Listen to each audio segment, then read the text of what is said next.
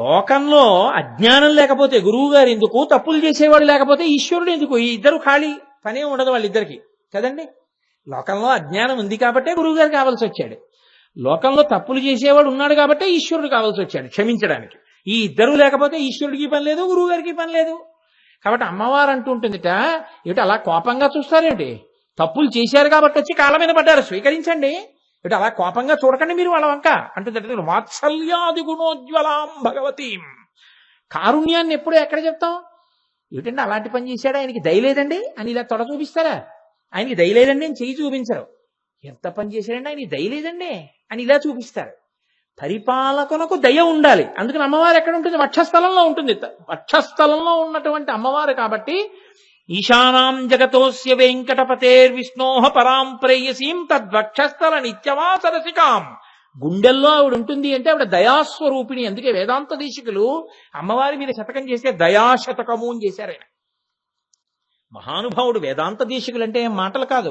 శంకర భగవత్పాదులు లక్ష్మీదేవిని స్తోత్రం చేస్తే ఎలా బంగారు ఉసిరికలు కురిశాయో, అలా వేదాంత దేశికులు స్తోత్రం చేస్తే బంగారు ఉసిరికలు కురిశాయి. ఆయనకి సర్వతంత్ర స్వతంత్ర బిరుదుంది వేదాంత దేశికులకి. సర్వతంత్ర స్వతంత్ర అని ఎవరిని పిలుస్తారో తెలుసా అండి? ఏది కావాలన్నా ఈశ్వరుణ్ణి తప్ప ఇంకోళ్ళని అడగరు వాళ్ళు. ఆ లక్షణం ఉంటే సర్వతంత్ర స్వతంత్ర అంటారు. శృంగగిరి పీఠాధిపతులకి బిరుదునామాల్లో సర్వతంత్ర స్వతంత్ర ఉంది. శంకరాచార్యులు వారు ఓ వృద్ధ బ్రాహ్మణిని అనుగ్రహించాలనుకున్నారు. లక్ష్మీదేవిని స్తోత్రం చేశారు, బంగారు విసిరికలు కురిపించేసింది. అది సర్వతంత్ర స్వతంత్ర. వేదాంత దేశికులకి ఆ బిరుదుండేది. ఆయన బిరుదుకి అర్హుడు కారని నిరూపించాలని కొంతమంది అసూయాపరులు ఏం చేశారంటే, ఓ బ్రాహ్మణ పిల్లాన్ని పంపించి పెళ్లి చేసుకోవడానికి డబ్బులు లేవు మీరు ఇవ్వండి అని అడుగు. ఆయన దగ్గర డబ్బులేం లేవంటే ఆయనకేం డబ్బుల కోసం ఆర్తి లేదు. ఆయన మహానుభావుడు, ఈశ్వరుని నమ్ముకున్నవాడు. అందుకని అడుగు ఏం చేస్తారో చూద్దామన్నారు. ఇవ్వకపోతే నీకు సర్వతంత్ర స్వతంత్ర బిరుదు ఏమిటాయా అని అడుగుదాం అనుకున్నారు. ఈ బ్రాహ్మణుడు వెళ్ళి అడిగాడు. ఆయన పెళ్లికి డబ్బు ఇవ్వాలి, ఏం చేస్తారు? ఆయన ఒక్కసారి ఆలోచించారు. ఆలోచించి లక్ష్మీదేవిని స్తోత్రం చేశారు. అంతే. కనుక కాసులు కురిశాయి. అంతటి మహానుభావుడు వేదాంత దేశికులంటే ఆయన. అందుకే అమ్మవారి మీద శతకం చేస్తే ఇంకొక పేరు పెట్టలేదు, దయాశతకము అని పేరు పెట్టారు. వామదేవు, ఈశ్వరుణ్ణి వామదేవుడు అని పిలుస్తున్నారు. వామదేవ అని నామం ఉండడానికి ఒక ప్రధానమైనటువంటి కారణాన్ని చెప్తారు పెద్దలు. ఏమా కారణము అంటే, అమరకోశం వామదేవ అన్న నామాన్ని వ్యాఖ్యానం చేసింది. ఆ వ్యాఖ్యానంలో అంటారు, వామ పార్శ్వే ధృతాదేవి యస్య సహా వామదేవ. ఎడమ చేతి పక్కన దేవి అనగా అమ్మవారిని కూర్చోపెట్టుకుని ఉన్నటువంటి వాడెవరో ఆయన వామదేవుడు. కాబట్టి ఎడమ పక్కన అమ్మవారితో కలిసి కూర్చుని ఉంటాడు. ఈ సందర్భంలో మీరు ఒక విషయాన్ని గమనించాలి. శివాలయంలో శివస్వరూపం అరూపరూపిగా ఉంటుంది. అరూపరూపి అని ఎందుకంటారంటే, శివలింగానికి రూపం ఉందా అని అడిగారు అనుకోండి, రూపం లేదు అందామంటే అక్కడ ఏదో ఒకటి ఉంది కదూ. ఉంది అందామంటే కరచరణాదులు లేవు కదూ, కాళ్ళు చేతులు ఏం లేవు. కాళ్ళు చేతులు లేవు కాబట్టి లేదందామా? కాళ్ళు చేతులు లేకపోయినా ఏదో అక్కడ ఉంది కాబట్టి ఉంది అందామా? కాబట్టి అన్నారు ఉంది లేదు, అరూపరూపి. రూపం లేకుండా రూపంతో ఉంది కాబట్టి శివలింగమునకు అరూపరూపి అని పేరు. అందుకే లింగోపాసన మిగిలిన ఉపాసనల కన్నా ఒక మెట్టు పైన ఉంటుంది. శివలింగమును ఉపాసన చేసేటటువంటి వారి ముందు మిగిలిన ఉపాసకులు నిలబడలేరు. ఉపాసనలో వారిది అత్యుత్తమ స్థాయి. శివలింగాన్ని ఎవరు ఉపాసన చేస్తారో వాళ్ళది చాలా పై స్థాయిలో ఉంటారు వాళ్ళు.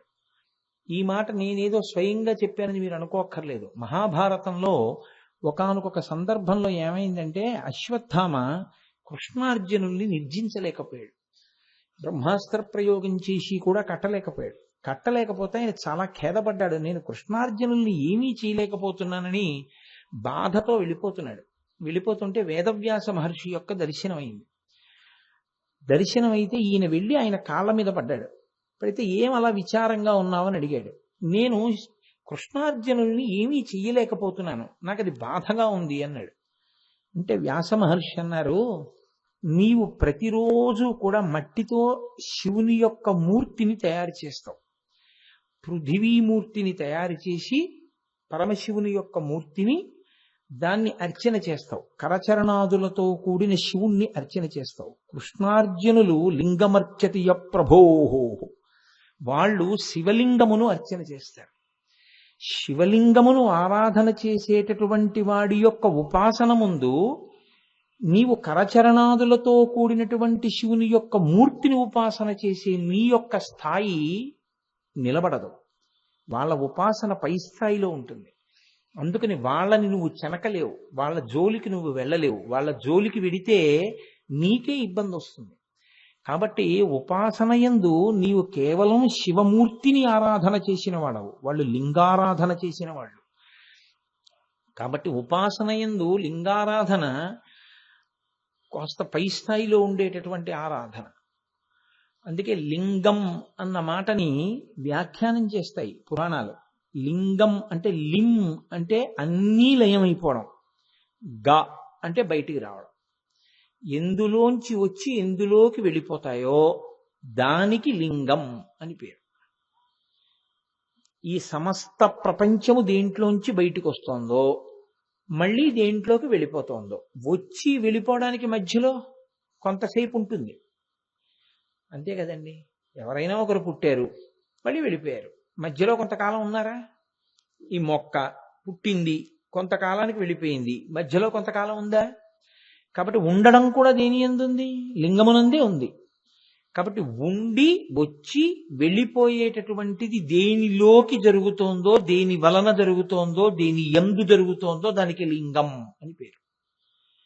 కాబట్టి దాన్ని శివలింగమును ఆరాధన చేయడం చాలా పై స్థాయి. అందుకే పెద్దలు ఎప్పుడూ ఒక మాట చెప్తుంటారు, శివలింగారాధన అందరూ చేయడం సాధ్యం కాదు. కాబట్టి శివలింగమును ఆరాధన చేసేటటువంటి ప్రయత్నం తగిన గురువు దొరికి, తగిన ఉపాసనా బలం ఉండి, తగిన ఉపదేశం ఉంటే తప్ప చెయ్యవద్దు అని చెప్తారు. చెయ్యలేరు అని. కరచరణాదులతో కూడినటువంటి మూర్తిని ఉపాసన చేయవచ్చు, శివలింగమును అందరూ చెయ్యలేరు అని చెప్తారు. దానికి తగిన గురువు, ఉపాసన, ఉపదేశం అలాంటి ఉంటేనే శివలింగాన్ని ఆరాధన చేస్తారు. శివాలయంలోకి వెళ్ళడానికి మాత్రం ఏం అభ్యంతరం ఉండదు. అది ప్రతిష్ఠ అయిపోయిన శివలింగం కాబట్టి దాంట్లోకి వెళ్ళడానికి, పూజ చేసుకోవడానికి, అభిషేకం చేయడానికి ఏమీ అభ్యంతరం ఏమి ఉండదు లోకంలో. కనుక ఇప్పుడు మీరు ఒక శివాలయంలోకి వెళ్ళి చూస్తే శివుడు ప్రకటంగా కనపడ్డేమో, కానీ అసుర సంధ్య వేళ దాటిపోతే శివాలయాల్లో కూడా ఒక నియమం ఉంటుంది. కవచము అంటారంటే శివుని యొక్క మూర్తిని శివలింగానికి తొడిగేస్తారు. సాధారణంగా అలా శివలింగానికి తొడిగేస్తే ఇంకా నంది శృంగములలోంచి దర్శనం చేయరు. శివలింగమున్నంతసేపే నంది శృంగములలోంచి దర్శనం. కవచం పెట్టేస్తే అంటే శివమూర్తిని తొడిగేస్తే ఓ వెండి మూర్తో, ఇత్తడి మూర్తో, బంగారు మూర్తో ఉంటుంది, దాన్ని తొడుగుతారు. తొడిగితే ఇంకా నంది శృంగములలోంచి చేయరు, మామూలుగా చేస్తారు. అది ప్రదోషం వేళ దాటాక తొడుగుతుంటారు సాధారణంగా. అంతకన్నా ఇంకోలా తొడగకూడదని నేను అంటలేదు, కానీ సాధారణంగా అలా చేస్తూ ఉంటారు. ఇప్పుడు శివలింగమునందు శివుడు ప్రకటనముగా మీకేం కనపడడం. ఎందుకని అంటే లింగస్వరూపిగా ఉంటాడు ఆయన. ప్రకటంగా మీకు తెలిసేది ఎవరు? అమ్మవారు తెలుస్తూ ఉంటాడు. ఎందుకు తెలుస్తూ ఉంటుంది అంటే శివలింగం ఎటు చూస్తోందో మీకు ఎప్పుడూ తెలియదు. ఎందుకు అలా తెలియదు అన్నది నేను మీకు చెప్తాను ఆ తర్వాత విషయంలో. కానీ శివలింగానికి మీరు అభిషేకం చేసినటువంటి తీర్థం మాత్రం ఇంకొక దిక్కుకి వెళ్ళడానికి వీల్లేదు.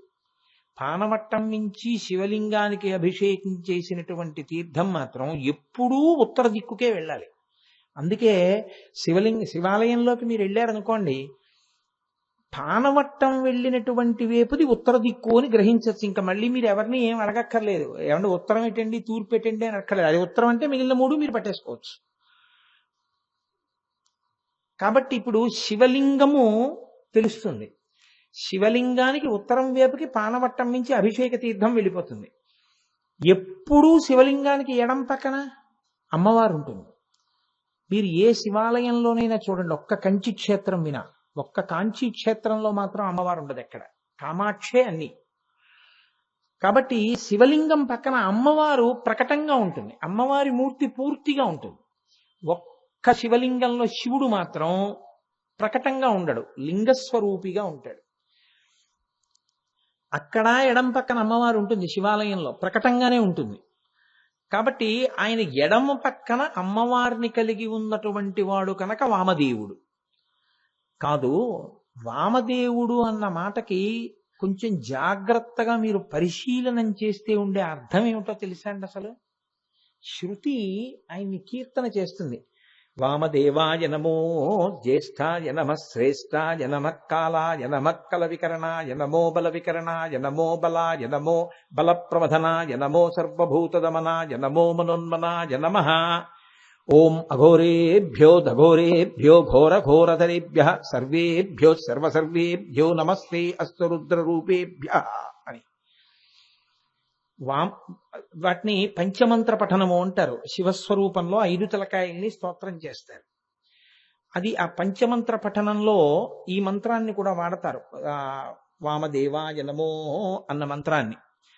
ఆ వామదేవుడు ఎక్కడ ఉంటాడు అసలు శివలింగంలో?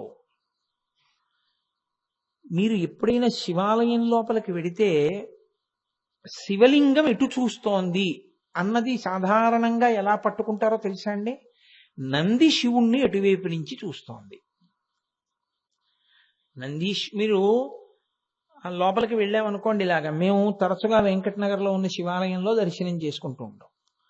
ఇలా లోపలికి వెడుతున్నప్పుడు నందీశ్వరుడు శివలింగాన్ని చూస్తున్నాడు అంటే శివుడు నందీశ్వరుణ్ణి చూస్తున్నాడు. ఇప్పుడు శివుడు ఎటు చూస్తున్నాడు? వెంకటనగర్ శివాలయంలో అయితే పశ్చిమాన్ని చూస్తూ ఉంటాడు. పశ్చిమాన్ని చూసినటువంటి ముఖం ఏదో దాన్ని సజ్జోజాత ముఖము అంటారు. శివాలయం లోపలికి వెడితే కేవలం ఇలా నమస్కారం చేసి వెళ్ళిపోకూడదు. మీరు ఏ దిక్కులో లోపలికి వెళ్ళారో, నంది ఎటు నుంచి చూస్తున్నాడో, ఆయన ఎటు చూశాడో మీరు చూసుకోవాలి. చూసుకుని ఆ ముఖం పేరు చెప్పి నమస్కారం చేయాలి.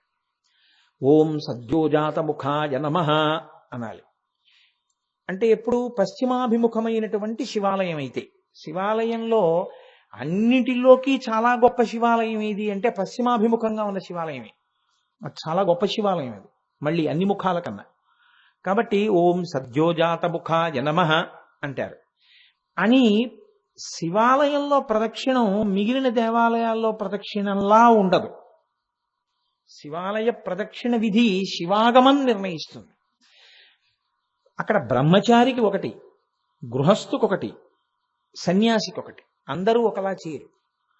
ఎందుచేత అంటే శివాగమం ఏం చెప్తుందంటే మీరు లోపలికి వెళ్ళగానే ధ్వజానికి నమస్కారం చేయాలి. ఎందుకంటే ధ్వజాన్ని దాటిన తర్వాత నంది ఉంటాడు. కాబట్టి ముందు ధ్వజానికి నమస్కారం చేసి అక్కడ నుంచి మీరు ఎడం చేతి పక్కకి వెళ్ళాలి. మీరు ఎడం చేతి పక్కకి వెడితే, మీకు ఒక ఉదాహరణకి, నాకు అది అలవాటు ఎక్కువ, వెంకటనగర్లో ఉన్న శివాలయం తరచు నేను అక్కడికి వెళ్తాను కాబట్టి నా మనసు దాని యందు తేలిగ్గా నిలబడుతుంది.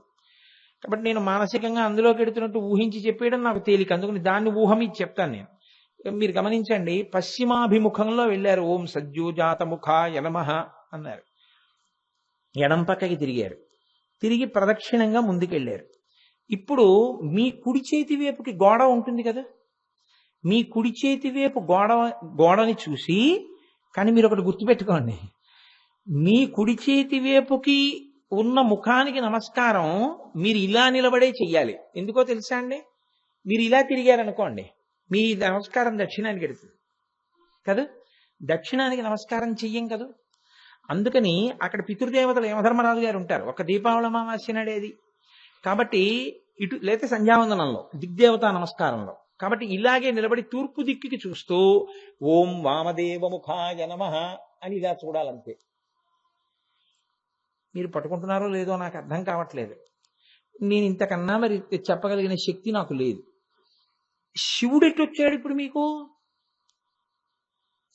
శివలింగంకి ఏ పార్శ్వంలోకి మీరు వెళ్ళారు? మీరు కొంచెం జాగ్రత్తగా గమనించండి. మీకు కుడి పక్కకి ఉంది శివాలయం గోడ, ఎందుకంటే పశ్చిమాభిముఖ శివాలయంలో అది వెళ్ళారు, ప్రదక్షిణంగా ఇలా వెళ్ళారు. వెడితే పశ్చిమాన్ని చూస్తున్నటువంటి శివలింగానికి కుడి చేతి వైపు ఏముంటుంది? ఏ దిక్కుంటుంది? ఆ? ఎందుకంత కంగారు పడుతున్నారు? ఆ? పశ్చిమాభిముఖంగా శివలింగం ఉంది. ఏమండి, పశ్చిమాభిముఖంగా ఉన్న శివలింగానికి కుడి చేతి పక్క ఉన్న దిక్కు ఏది? ఉత్తరం దిక్కు. తూర్పుకి తిరిగి మీరు ఇలా నమస్కారం చేస్తే కుడి చేతి పక్కది దక్షిణ దిక్కు. పశ్చిమాభిముఖంగా నిలబడినప్పుడు కుడి చేతి పక్కది ఉత్తర దిక్కు. కాబట్టి ఇప్పుడు పశ్చిమాభిముఖ శివాలయంలో మీరు ఎడం చేతి పక్కకి వెడితే శివుడి యొక్క మూర్తికి అది ఉత్తర పార్శ్వం కదా, ఉత్తరం వైపు ఉన్నది. శివలింగానికి ఉత్తరం వైపు చూస్తున్నటువంటి ముఖం లోపల శివలింగానికి ఉత్తరం వైపుకు చూసే ముఖం ఒకటి ఉంటుంది. అది మీకు గోడ అడ్డింది, కానీ శివలింగం యొక్క ముఖం అటు చూస్తోంది ఉత్తరానికి. దానికి వామదేవ ముఖం అని పేరు. అది వామదేవ ముఖం. అయితే గమ్మత్తు ఏమిటో తెలుసా అండి? శివాలయంలో ఒకటే శివలింగం ఉంటే పానవట్టం దాటకూడదు. 2 శివలింగాలు ఉంటే సోమసూత్రం దాటచ్చు. అంటే ఆ అభిషేక తీర్థం వెళ్ళేటటువంటి కాలవ అంటే 2 శివలింగాలు ఉన్నాయనుకోండి ఒకే గుళ్ళో, అటు ఇటు కూడా అభిషేక తీర్థాలు ఎడితే మీరు ప్రదక్షిణ ఎలా చేస్తారు? అప్పుడు సోమసూత్రం దాటచ్చు. లేకపోతే శివాగమం ఏమందంటే సోమసూత్రం దాటకూడదండి. కాబట్టి మీరు సోమసూత్రం వరకు వెళ్ళి వామదేవ ముఖానికి నమస్కారం చేసి మీరు వెనక్కి తిరిగి వచ్చేయాలి. వెనక్కి తిరిగి వస్తే ఇప్పుడు ఏమైంది? సజ్జోజాత ముఖం దగ్గరికి మళ్ళీ వచ్చారా లేదా? మళ్ళీ ఓం సజ్జోజాత ముఖాయ నమః అనాలి. అని ఏం చేయాలి? అప్పుడు మళ్ళీ మీరు ఇలా ఎడం పక్కకి వెళ్ళారు, ఇప్పుడు మళ్ళీ ఇలా కుడి పక్కకి వెళ్ళండి. ఇప్పుడు కుడి పక్కకి వెడితే పరమేశ్వరుడు యొక్క ఎడం చేతి వైపు ఏ దిక్కుంది? అటు ఉత్తరం ఉంది కాబట్టి ఇటు దక్షిణం ఉంటుంది. దక్షిణం వైపు ఆయన చూసే ముఖాన్ని అఘోర ముఖం అంటారు. అప్పుడు మళ్ళీ ఇలా గోడ వైపుకి తిరగకూడదు. మీరు తూర్పు దిశగా కదా ఇటు వెళ్ళినా వెళ్ళేది. అలాగే నిలబడి ఇలా చూసి ఓం అఘోరముఖాయ నమః అనాలి. అని మళ్ళీ ఇలా వెళ్ళి వెనక్కి తిరుగుతారు. ఇప్పుడు మీరు పశ్చిమ దిక్కుకి తిరుగుతారు కదా. తూర్పుకి పృష్ఠభాగం పెట్టి పశ్చిమాన్ని చూస్తారు. గుడి వెనక్కి వెళ్ళిన తర్వాత గుడి వెనక భాగాన్ని ముట్టుకోకూడదు. ముట్టుకోకుండా కేవలం ఒక్కసారి అలా ఆ భాగాన్ని చూడాలి. మీరు పశ్చిమాన్ని చూస్తున్నారు కాబట్టి పశ్చిమాన్ని తిన్నగా చూసి నమస్కారం చేయొచ్చు. నమస్కారం చేసి అటు శివుడు ఒక ముఖంతో చూస్తుంటాడు. ఇప్పుడు మీకు ఏ ముఖంతో చూస్తున్నవాడు కనబడతాడు? మీరు పశ్చిమాన్ని చూస్తే ఆయన చూస్తున్నది తూర్పు. తూర్పు ముఖం దగ్గరికి వెళ్ళినప్పుడు ఓం తత్పురుషముఖాయ నమః అనాలి. ఇప్పుడు ఎన్ని ముఖాలయ్యాయి? వామదేవము, సజ్జోజాతము, అఘోరము, తత్పురుషము 4 అయిపోయాయి. ఇప్పుడు ఏం చేయాలంటే కొంచెం మీరు అలా ఆ పక్కకెడితే ఈశాన్యం వైపుకి ఎడతారు. అక్కడ చండీశ్వరుడు ఉంటాడు. అక్కడ నిలబడి తల బాగా పైకెత్తి ఇలా చూశారనుకోండి, పైన కలశ, అక్కడ త్రిశూలం కనపడతాయి. అక్కడ ఒక ముఖం ఉంటుంది, 5వ ముఖం శివుడిది. దాన్ని సజ్జోజాత అఘోర తత్పురుష వామదేవ ఈశాన ముఖం అంటారు. 5వ ముఖం. అది మోక్షం ఇస్తుంది. మోక్షం ఇచ్చే ముఖం అది. ఆ తల పైకెత్తి చూసి అంటే పశ్చిమ దిక్కుకే తిరిగి ఓం ఈశానాయ దేవాయ నమః అన్నారు. అన్న తర్వాత ఏం చేయాలి? మళ్ళీ ఇలా వెళ్ళిపోయారనుకోండి, సోమసూత్రం దాటేస్తారు. మళ్ళీ వెనక్కి వచ్చేయాలి. మళ్ళీ వెనక్కి వస్తే ఇప్పుడు మళ్ళీ మీ కుడి చేతి పక్కకి తిరిగేటప్పటికి మళ్ళీ మీ కుడి చేతి పక్కకి ఎవరు వస్తారు? అఘోర ముఖం వస్తుంది. ఇలా దాటి మళ్ళీ నందీశ్వరుడి దగ్గరికి వచ్చేటప్పటికి మళ్ళీ సజ్జోజాత ముఖం మళ్ళీ కనపడుతుంది. అప్పుడు మళ్ళీ ఓం సజ్జోజాత ముఖాయ నమః అంటే 3 మాటలు సజ్జోజాత ముఖానికి నమస్కారం చేశారు. మీరు చేసి లోపలికి వెడతారు. వెళ్ళేటప్పుడు ఎలా వెళ్ళాలి? మీరు తిన్నగా శివాలయంలోకి వెళ్ళి దర్శనం చేయడాన్ని శాస్త్రం అంగీకరించదు. మన ప్రారంభ కర్మ అంతా ఎక్కడుంటుందంటే ఆ నందికి శివలింగానికి మధ్యలో నుంచి దర్శనాలు చేస్తారు. నందీశ్వరుడికి పృష్ఠభాగం పెట్టి శివలింగానికి నందికి మధ్యలో నిలబడి నమస్కారం చేస్తారు. అలా చేయకూడదు. నందీశ్వరుడి మీద చూపుడు వేలు, బొట్టన వేలు ఎడమ చేతివి పెట్టి ఎక్కువసేపు పట్టుకోకూడదు. తోక ఇలా ఉండి తోకకి పక్కకి ఆయన వృషణములు వేలాడుతూ ఉంటాయి. అవి పట్టుకోవాలి ఒకసారి కుడి చేత్తో. అవి పట్టుకుంటే ఆయన ఊపిరి ఆగుతుంది ఒక్కసారిలాగా. వృషస్య వృషణం స్పృష్ట్వా శృంగ మధ్యే శివాలయం దృష్ట్వా క్షణం నరో యాతి కైలాసే శివసన్నిధిం అని చెప్పుకోవాలి. ఆయన యొక్క ఊపిరిలో ఆయన ఊయల ఊగుతూ ఉంటాడు శంకరుడు. అందుకని మీకు దర్శనం అవ్వదు. మీరు ఆయన యొక్క వృషణములను పట్టుకుని ఇలా చూసేటప్పటికి ఒక్కసారి ఇలా పట్టుకునేటప్పటికి అది ఊపిరి ఆగుతుంది, ఆ ఊయల ఆగుతుంది. ఎవరు అలా చూసి ఆ శ్లోకం చెప్తారో వాడు కైలాసానికి వెళ్లి పరమశివుడి దర్శనం చేసినట్టు ఖాతాలో వేస్తారు. వృషస్య వృషణం స్పృష్ట్వా శృంగమధ్యే శివాలయం దృష్ట్వా క్షణం నరో యాతి కైలాసే శివ సన్నిధి. అప్పుడు మీరు లోపలికి వెళ్ళి ఒక పక్కకి నిలబడి నమస్కారం చేయాలి. అభిముఖంగా నిలబడి నమస్కారం చేయకూడదు. అసలు యథార్థంగా మాట్లాడితే ఇంట్లో కూడా అభిముఖ పూజ లేదు. మీ ఇంట్లో కూడా మీ ఎదురుగుండా ఈశ్వర సింహాసనం పెట్టుకుని మీరు ఎదురుగుండా కూర్చుని పూజ చేస్తే తేజస్సు క్షీణం అయిపోతుంది. అలా చేయకూడదు పూజ. సరే, ఇప్పుడు నేను అలా అంటే ఈ బాబోయ్ పెద్ద ఇబ్బంది, దిగడమే పొరపాటుగా. ఏమండి ఇప్పుడు ఎలా అని ఒక ప్రశ్న వస్తుంది. అక్కడ వరకు విన్నారు కదా, చాలు. అభిముఖ పూజ చేయరాదు, శాస్త్రం అంగీకరించదు దాన్ని. అభిముఖ పూజ లేదు అసలు ఎక్కడ. కాబట్టి మనం శివుడి దగ్గర ప్రసాదం ఇస్తారు. వచ్చిన ప్రారంధం అంతా ఏమిటో తెలుసా అండి? శివాలయంలో ప్రసాదం ఇంటికి తెచ్చుకోకూడదండి. ఎవడు కల్పించాడో ఈ శాస్త్రం నాకు అర్థం కాదు. శివాలయంలో ప్రసాదం ఇంటికి తెచ్చుకోవద్దు అని ఏ శాస్త్రమూ చెప్పలేదు. శివాలయంలో ప్రసాదం మీరు ఎందుకు ఇంటికి తిన్నగా తెచ్చుకోకూడదు అంటే ఒక్కటే కారణం. పరమేశ్వరుడు ఆయన భక్తపరాధీనుడు. నేను మీకు తరచు చెప్తూ వస్తున్నాను కదా, ఆయనకి భక్తులంటే మహాప్రీతి. చండీశ్వర వృత్తాంతం మీకు ఎక్కడైనా నేను అవకాశం కలిగినప్పుడు చెప్తాను. ఏ భక్తవత్సలహ నామం దగ్గర చండీశ్వరుడి గురించి చెప్తాను. ఆయన చండీశ్వరుడికి ఒక వరం ఇచ్చాడు. ఏమిటో తెలుసా అండి? ధర్మశాస్త్రంలో భార్య విస్తట్లోకి తాను వేయడం కానీ భార్య విస్తట్లోది తినడం కానీ చెయ్యకూడదు అని. కానీ ఎప్పుడైనా పత్ని భాగము అని భర్త కొంత తీసి భార్య విస్తట్లో పెట్టచ్చు, లేదా భార్య విస్తట్లోది ఎప్పుడో ఒక్కసారి తీసుకుని తినచ్చు తప్ప ఉచ్ఛిష్టాన్ని తినరు. అందున దీక్షలు అలాంటి వాటిలో ఉంటే అలా తీసుకోరు. దీక్ష యందు అత్యంత ప్రధానమైన నియమములలో అదొకటి. కాబట్టి ఇప్పుడు పరమశివుడి యొక్క ఉచ్ఛిష్టాన్ని అంటే ఆయన తిన్న విస్తట్లో తినే అధికారం ఎవరికి ఉంటుందంటే సహజంగా భార్యకే ఉంటుంది. అది ఇప్పుడు లేదు. మీరు పూర్వం ఒక తరం ముందు వరకు మీరు చూసి ఉంటారు. భర్త గారు తిన్న కంచంలో భార్య వడ్డించుకు తినేసేస్తుండేది పూర్వం.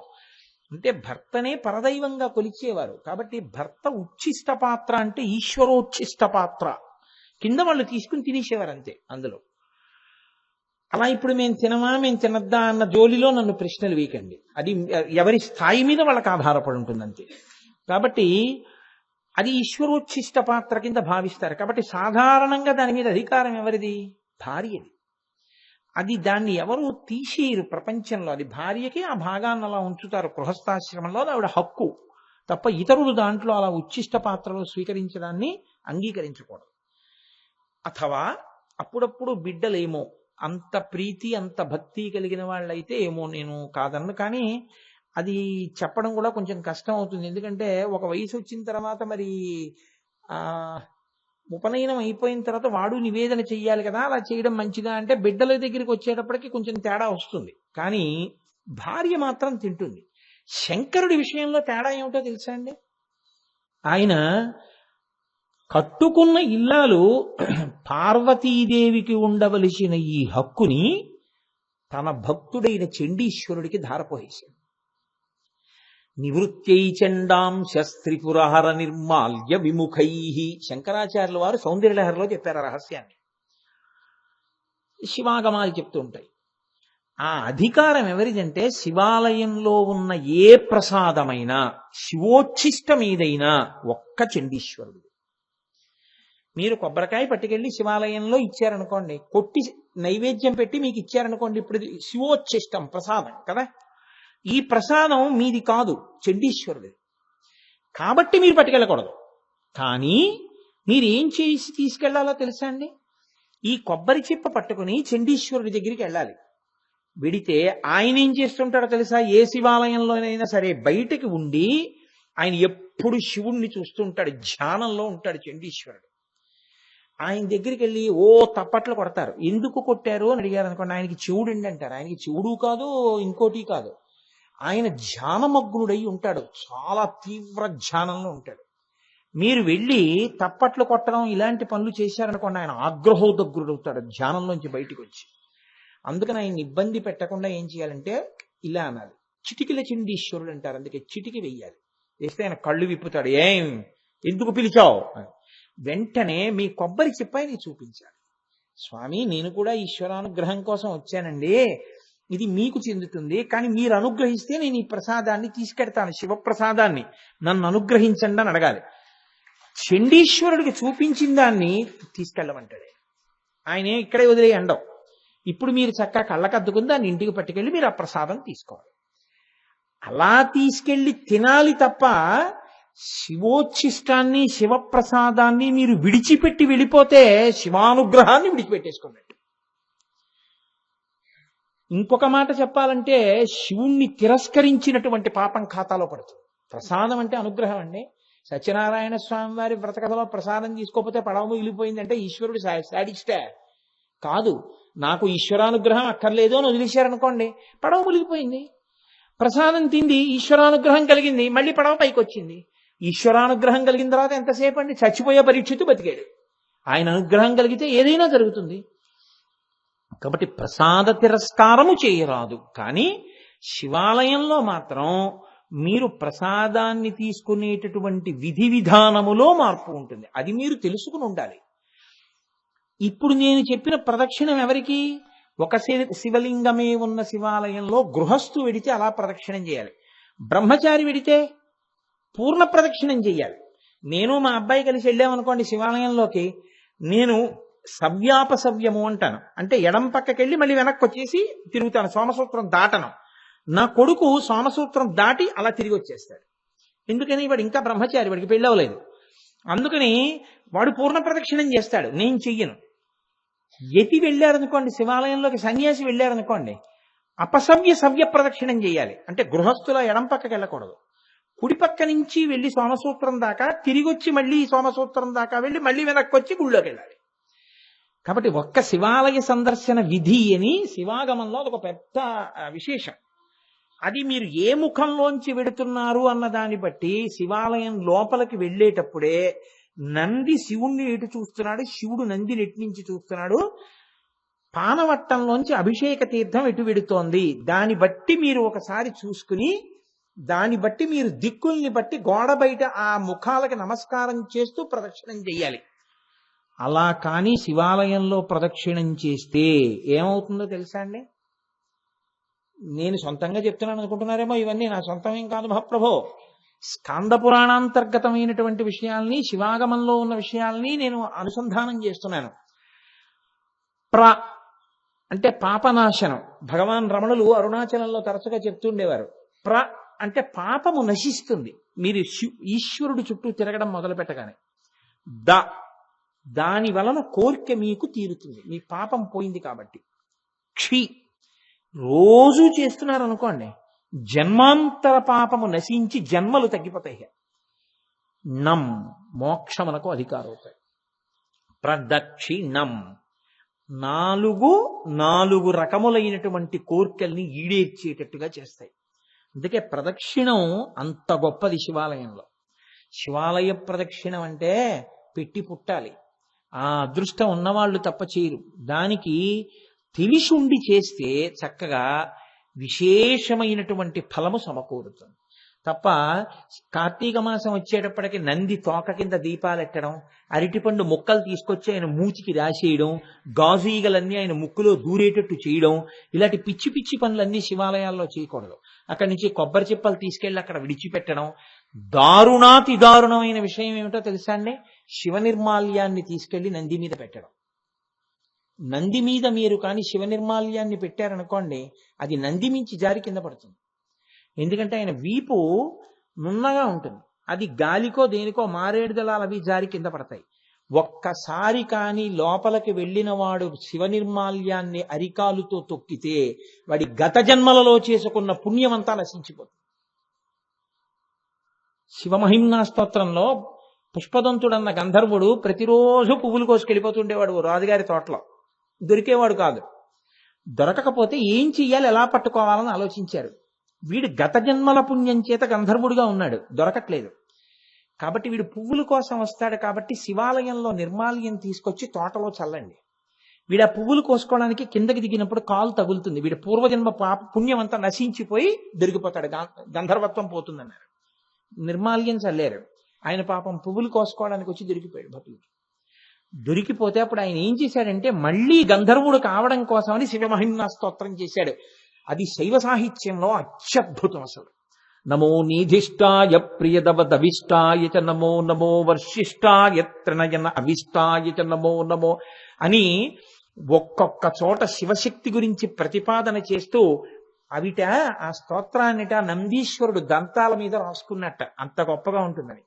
కైలాసం విడితే నందీశ్వరుడు అంటే ఆయన పళ్ళ మీద కనపడతాయిట శివమహిమ్నా స్తోత్రంలో శ్లోకాలు. అంటే ఎంత గొప్ప శ్లోకాలో మీరు ఆలోచించండి. శివమహిమ్నా స్తోత్రం అటువంటి స్తోత్రం చేశాడు ఆయన. చేసేటప్పటికి ఆయనకి ఉన్నటువంటి దోషం తొలగిపోయి మళ్ళీ ఆయన పుణ్యాన్ని పొంది గంధర్వుడై వెళ్ళిపోయాడు. కాబట్టి నంది మీద పడేయచ్చా? తీసుకెళ్ళి పడేయకూడదు. చిత్రం ఏమిటంటే ఎందుకు చేస్తున్నామో ఏది చేస్తున్నామో తెలియకుండా చేయడం ఒక్కొక్కసారి పాపం సంక్రమించకపోతుందేమోనన్న అభయం ఇవ్వడం కూడా కష్టమే. ఓ కార్తీక సోమవారం శివాలయంలోకో విష్ణువాలయంలోకో వెళ్ళడం మంచిదే, కానీ ఆలయంలో ఎలా ప్రవర్తించాలో తెలిసి ఉండాలి. తెలియకపోతే ఏమవుతుంది, ప్రతి వాళ్ళు తీసుకెళ్లి నంది మీద అదే పనిగా పెట్టారనుకోండి, వెళ్లే వాళ్ళందరూ తొక్కుతూ పెడతారు లోపలికి. అది చూసినందుకు పావువంతు ఫలితం పడుతుంది చూసిన వాడికి. శాస్త్రం తెలిసిన వాడు చూశాడు అనుకోండి, వాడికి ఒక పావువంతు ఫలితం. కాబట్టి వెళ్ళడానికి భయం వేసే రోజులు వస్తాయి. ఎక్కడ పెట్టాలి మీరు తీసుకెళ్ళి? చండీశ్వరుడి దగ్గర విడిచిపెట్టాలి. ఎందుకంటే చండీశ్వరుడి గుడికి మెట్లు ఉంటాయి. మెట్లు ఎక్కి చూస్తాం, ఆయన చిన్న గుహ లాంటి దాంట్లో కూర్చుని ఉంటాడు. ఆ లోపలికి ఎవరు వెళ్ళరు, ఇంకా తొక్కరు. మర్నాడు ఉదయం ఆ నిర్మాల్యాన్ని తీసేస్తారు. కాబట్టి శివ నిర్మాల్యం చండీశ్వరుడి దగ్గరికే వెళ్ళాలి. అది ఏం చేస్తున్నారంటే ఇవాళ నందీశ్వరుడి మీద పెట్టించేస్తున్నారు. నేను అథవా విమర్శించానని కాదు, గుళ్ళల్లో కూడా అలా చెప్తున్నారు, నంది మీద పెట్టేయండి అంటున్నారు. నంది మీద పెట్టేస్తున్నారు. పెట్టేస్తే కింద పడుతోంది, తొక్కేస్తున్నారు అందరు. అది ఎంత దోషం అయి కూర్చుంటుంది చూడండి. కాబట్టి సరే, ఎక్కడ మొదలెట్టానో ఎటు పోయానో. శివాలయంలో వామదేవమూర్తి మీకు ఎక్కడ కనబడ్డారు ఇంతకీ? ఉత్తరముఖం వామదేవమూర్తి. ఉత్తరాన్ని చూస్తున్నటువంటి ముఖమేదో అది వామదేవమూర్తి. ఇప్పుడు మళ్ళీ ఈ మూర్తులకి ఒక్కొక్క ముఖం ఒక్కొక్క పని చేస్తూ ఉంటుంది. ఇప్పుడు నేను మిగిలిన ముఖాలు అవి పంచభూతాల్లో దేని మీద అధికారం కలిగి ఉంటాయి, ఎలా కలిగి ఉంటాయి, శివలింగానికి అలా ఎలా ఉంటుంది, దానికి ఎటు కూర్చుని ఎలా అభిషేకాలు చేస్తారు, ఇదంతా కాసేపు పక్కన పెట్టండి. ఒక్క ఉత్తరాభిముఖాన్ని మీరు ఆలోచించండి చాలు. ఎందుకంటే వామదేవాయ నమః అది కదా నామం. ఇప్పుడు ఉత్తరాభిముఖంగా చూసేటటువంటి ముఖం ఏదుందో ఆ ముఖము వామదేవమూర్తి అంటారు. ఇది జలముల మీద అధిష్టానమై ఉంటుంది.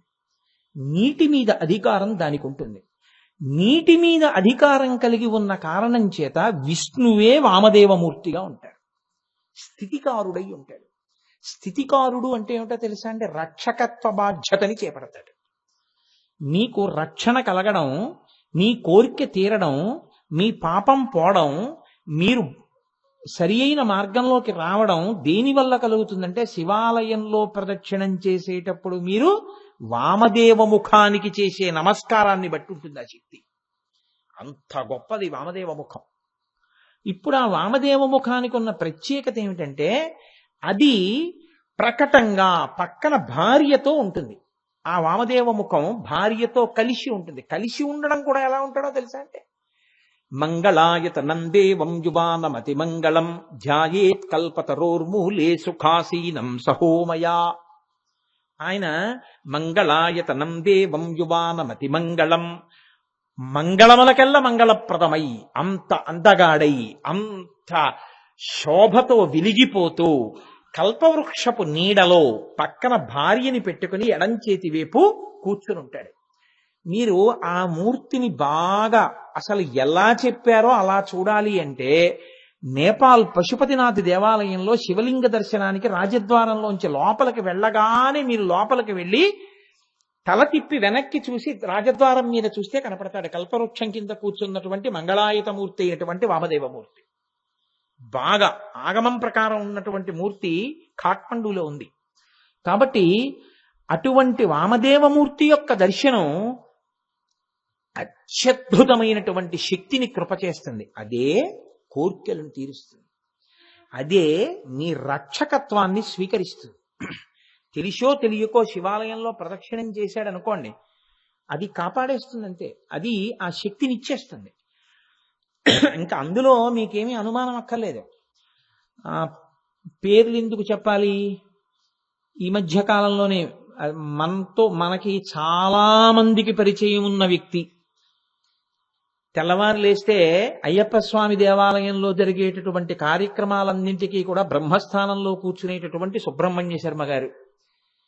ఈ మధ్య ఒక 6 నెలల క్రితం ఆయన శరీరం పడిపోవలసినటువంటి స్థితి వచ్చింది. అంత పెద్ద ప్రమాదం జరిగింది. అదృష్టవశాత్తు ఏమైందంటే ఆయన కారు ఎక్కి వెళ్ళిపోయే ముందు ఓ ఊరు వెడుతూ శివాలయం తలుపులు తీశారు కదా అని లోపలికి వెళ్ళి ప్రదక్షిణం చేసి ఎక్కారు విభూతి పెట్టుకుని. అదే బతికించేసింది. ఆయనే వచ్చి చెప్పారు నాకు, కోటేశ్వరారు ఆ ప్రదక్షిణానికే బతికేశారండి, ఆ రోజు ప్రదక్షిణం చేయకుండా పెడితే చచ్చిపోతుండండి అని చెప్పారు. ఆ శక్తి అటువంటిది శివాలయంది. అది అటువంటి రక్షణ బాధ్యత స్వీకరిస్తుంది. మీరు ఆ ప్రదక్షిణం అలా చేసి నమస్కారం చేస్తే చాలు. అంత గొప్పదైన వామదేవమూర్తి ఏదుందో ఆ వామదేవమూర్తి మంగళప్రదమై భార్యని ఎడంచేతి పక్కన పెట్టుకుని పరమ సంతోషంతో భక్తులను అనుగ్రహిస్తూ ఉంటాడు. ఆయన స్థితికారుడై ఉంటాడు. అందుకే విష్ణుతత్వమే వామదేవమూర్తిగా ఉంటుంది అంటారు. స్థితికార లక్షణం, రక్షకత్వం వామదేవమూర్తిగా ఆయన నిర్వహిస్తూ ఉంటాడు అక్కడ. అయితే మీరు నన్ను ఒక మాట అడగచ్చు ఇక్కడ, ఏమండి ఎడమ చేతి పక్కన అమ్మవారిని కూర్చోబెట్టుకున్నాడు అని మీరు అంటున్నారు కదా, అలా ఎందుకు కూర్చోబెట్టుకోవడం? అసలు ఆ ఎడం చేతి పక్కన కూర్చోబెట్టుకోవడం అన్న లక్షణం ఎందుకు వచ్చింది?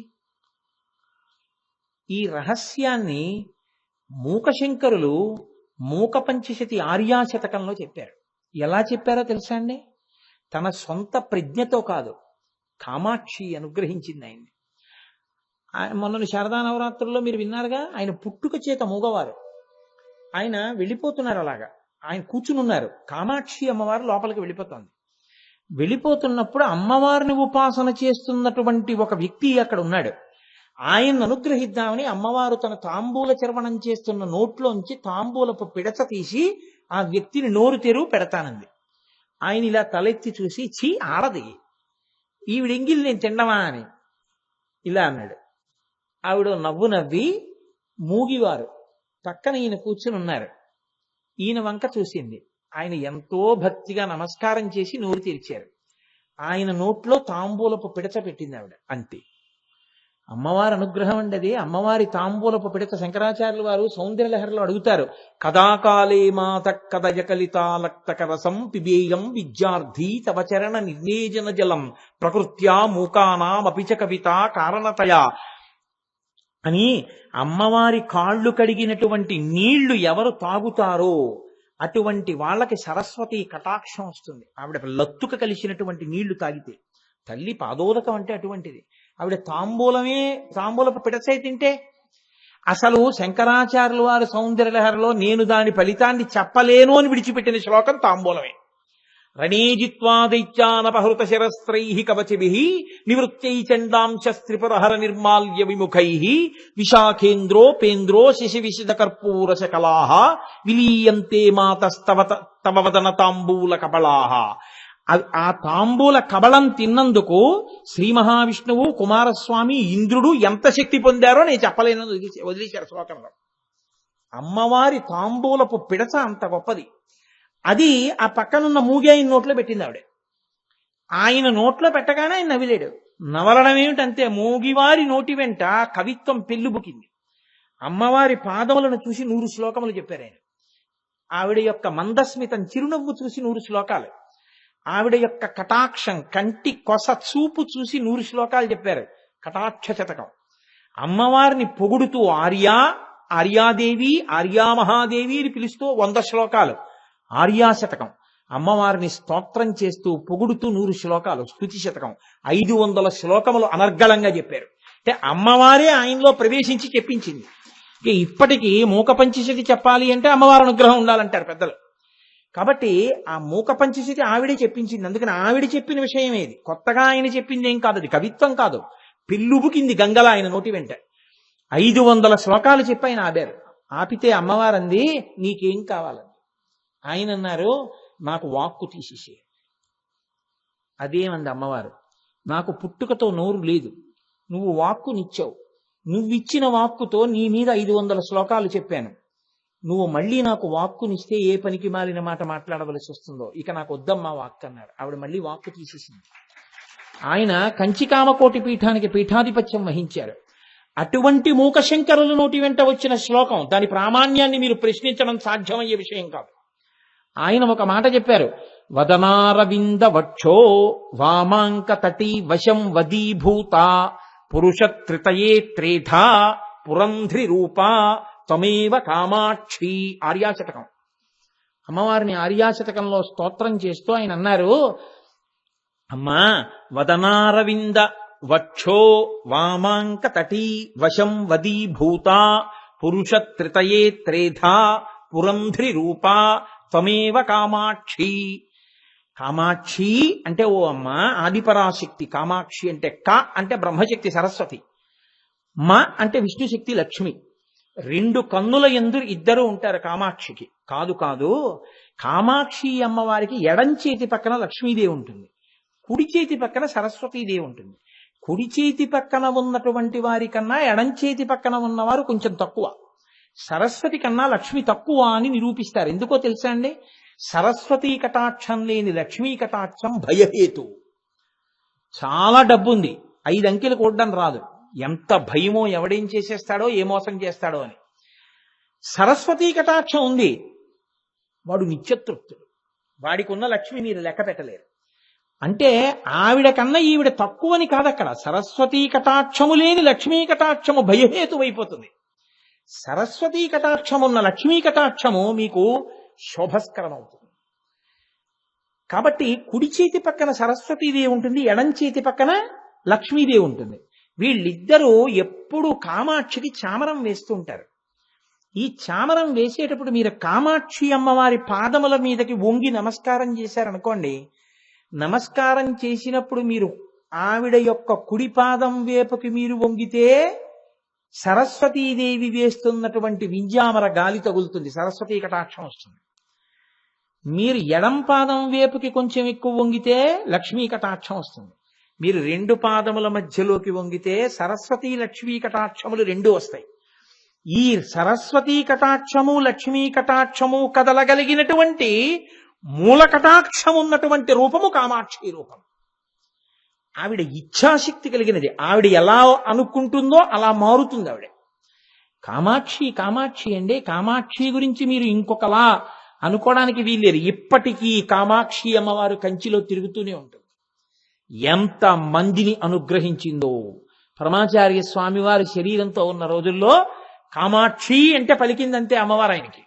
ఆయనకేమి ఎంతమందికి పలికిందో తల్లి. అప్పటికీ ఇప్పటికీ ఎప్పటికీ ఆవిడకి అన్ని అందుతూనే ఉంటాయి. ఆవిడ ఎప్పుడూ అనుగ్రహిస్తూనే ఉంటుంది. కొన్ని సభాముఖంగా చెప్పడం సాధ్యం కాదంతే. కాబట్టి ఆ తల్లి అంత అనుగ్రహ స్వరూపిణి. ఆ తల్లి మూలశక్తి, ఆదిపరాశక్తి.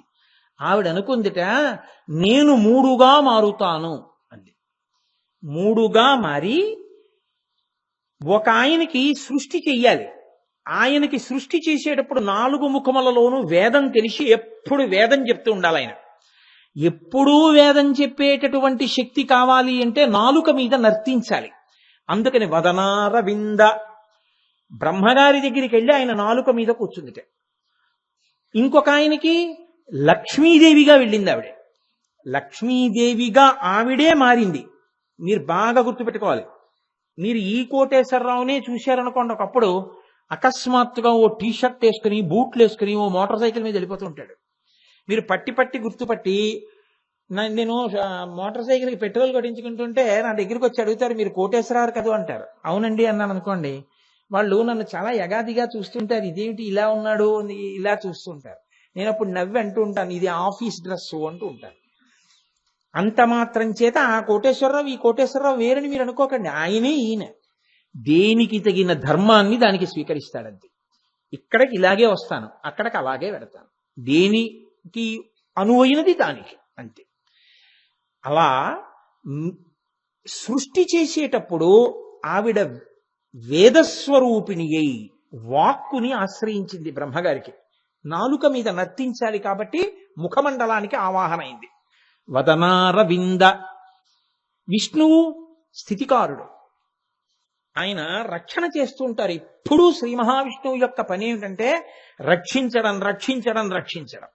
మీరు చూడండి, అందుకే ఎప్పుడు రాక్షసులు రానివ్వండి శ్రీ మహావిష్ణువు పెడతారు, అవతారం స్వీకరిస్తారు, వాళ్ళని భంజిస్తూ ఉంటారు. కాబట్టి ఆయన పరిపాలకుడు, లోకాల్ని పరిపాలిస్తూ ఉంటారు. పరిపాలించేటటువంటి వాడికి ఒక లక్షణం ఉండాలి. దయలేని పరిపాలకుడు అనుకోండి చాలా ఇబ్బంది వస్తుంది. పరిపాలన చేసేవాడికి ఎప్పుడు సమస్త హంగులతో ఉండాలి. అసలు ఆయన చూస్తూనే అబ్బా అనిపించాలి. గుమాస్తాలందరూ బయట కూర్చోవచ్చేమో, ఆఫీసర్ గారు ఏసీ రూమ్ లోనే కూర్చుంటారు.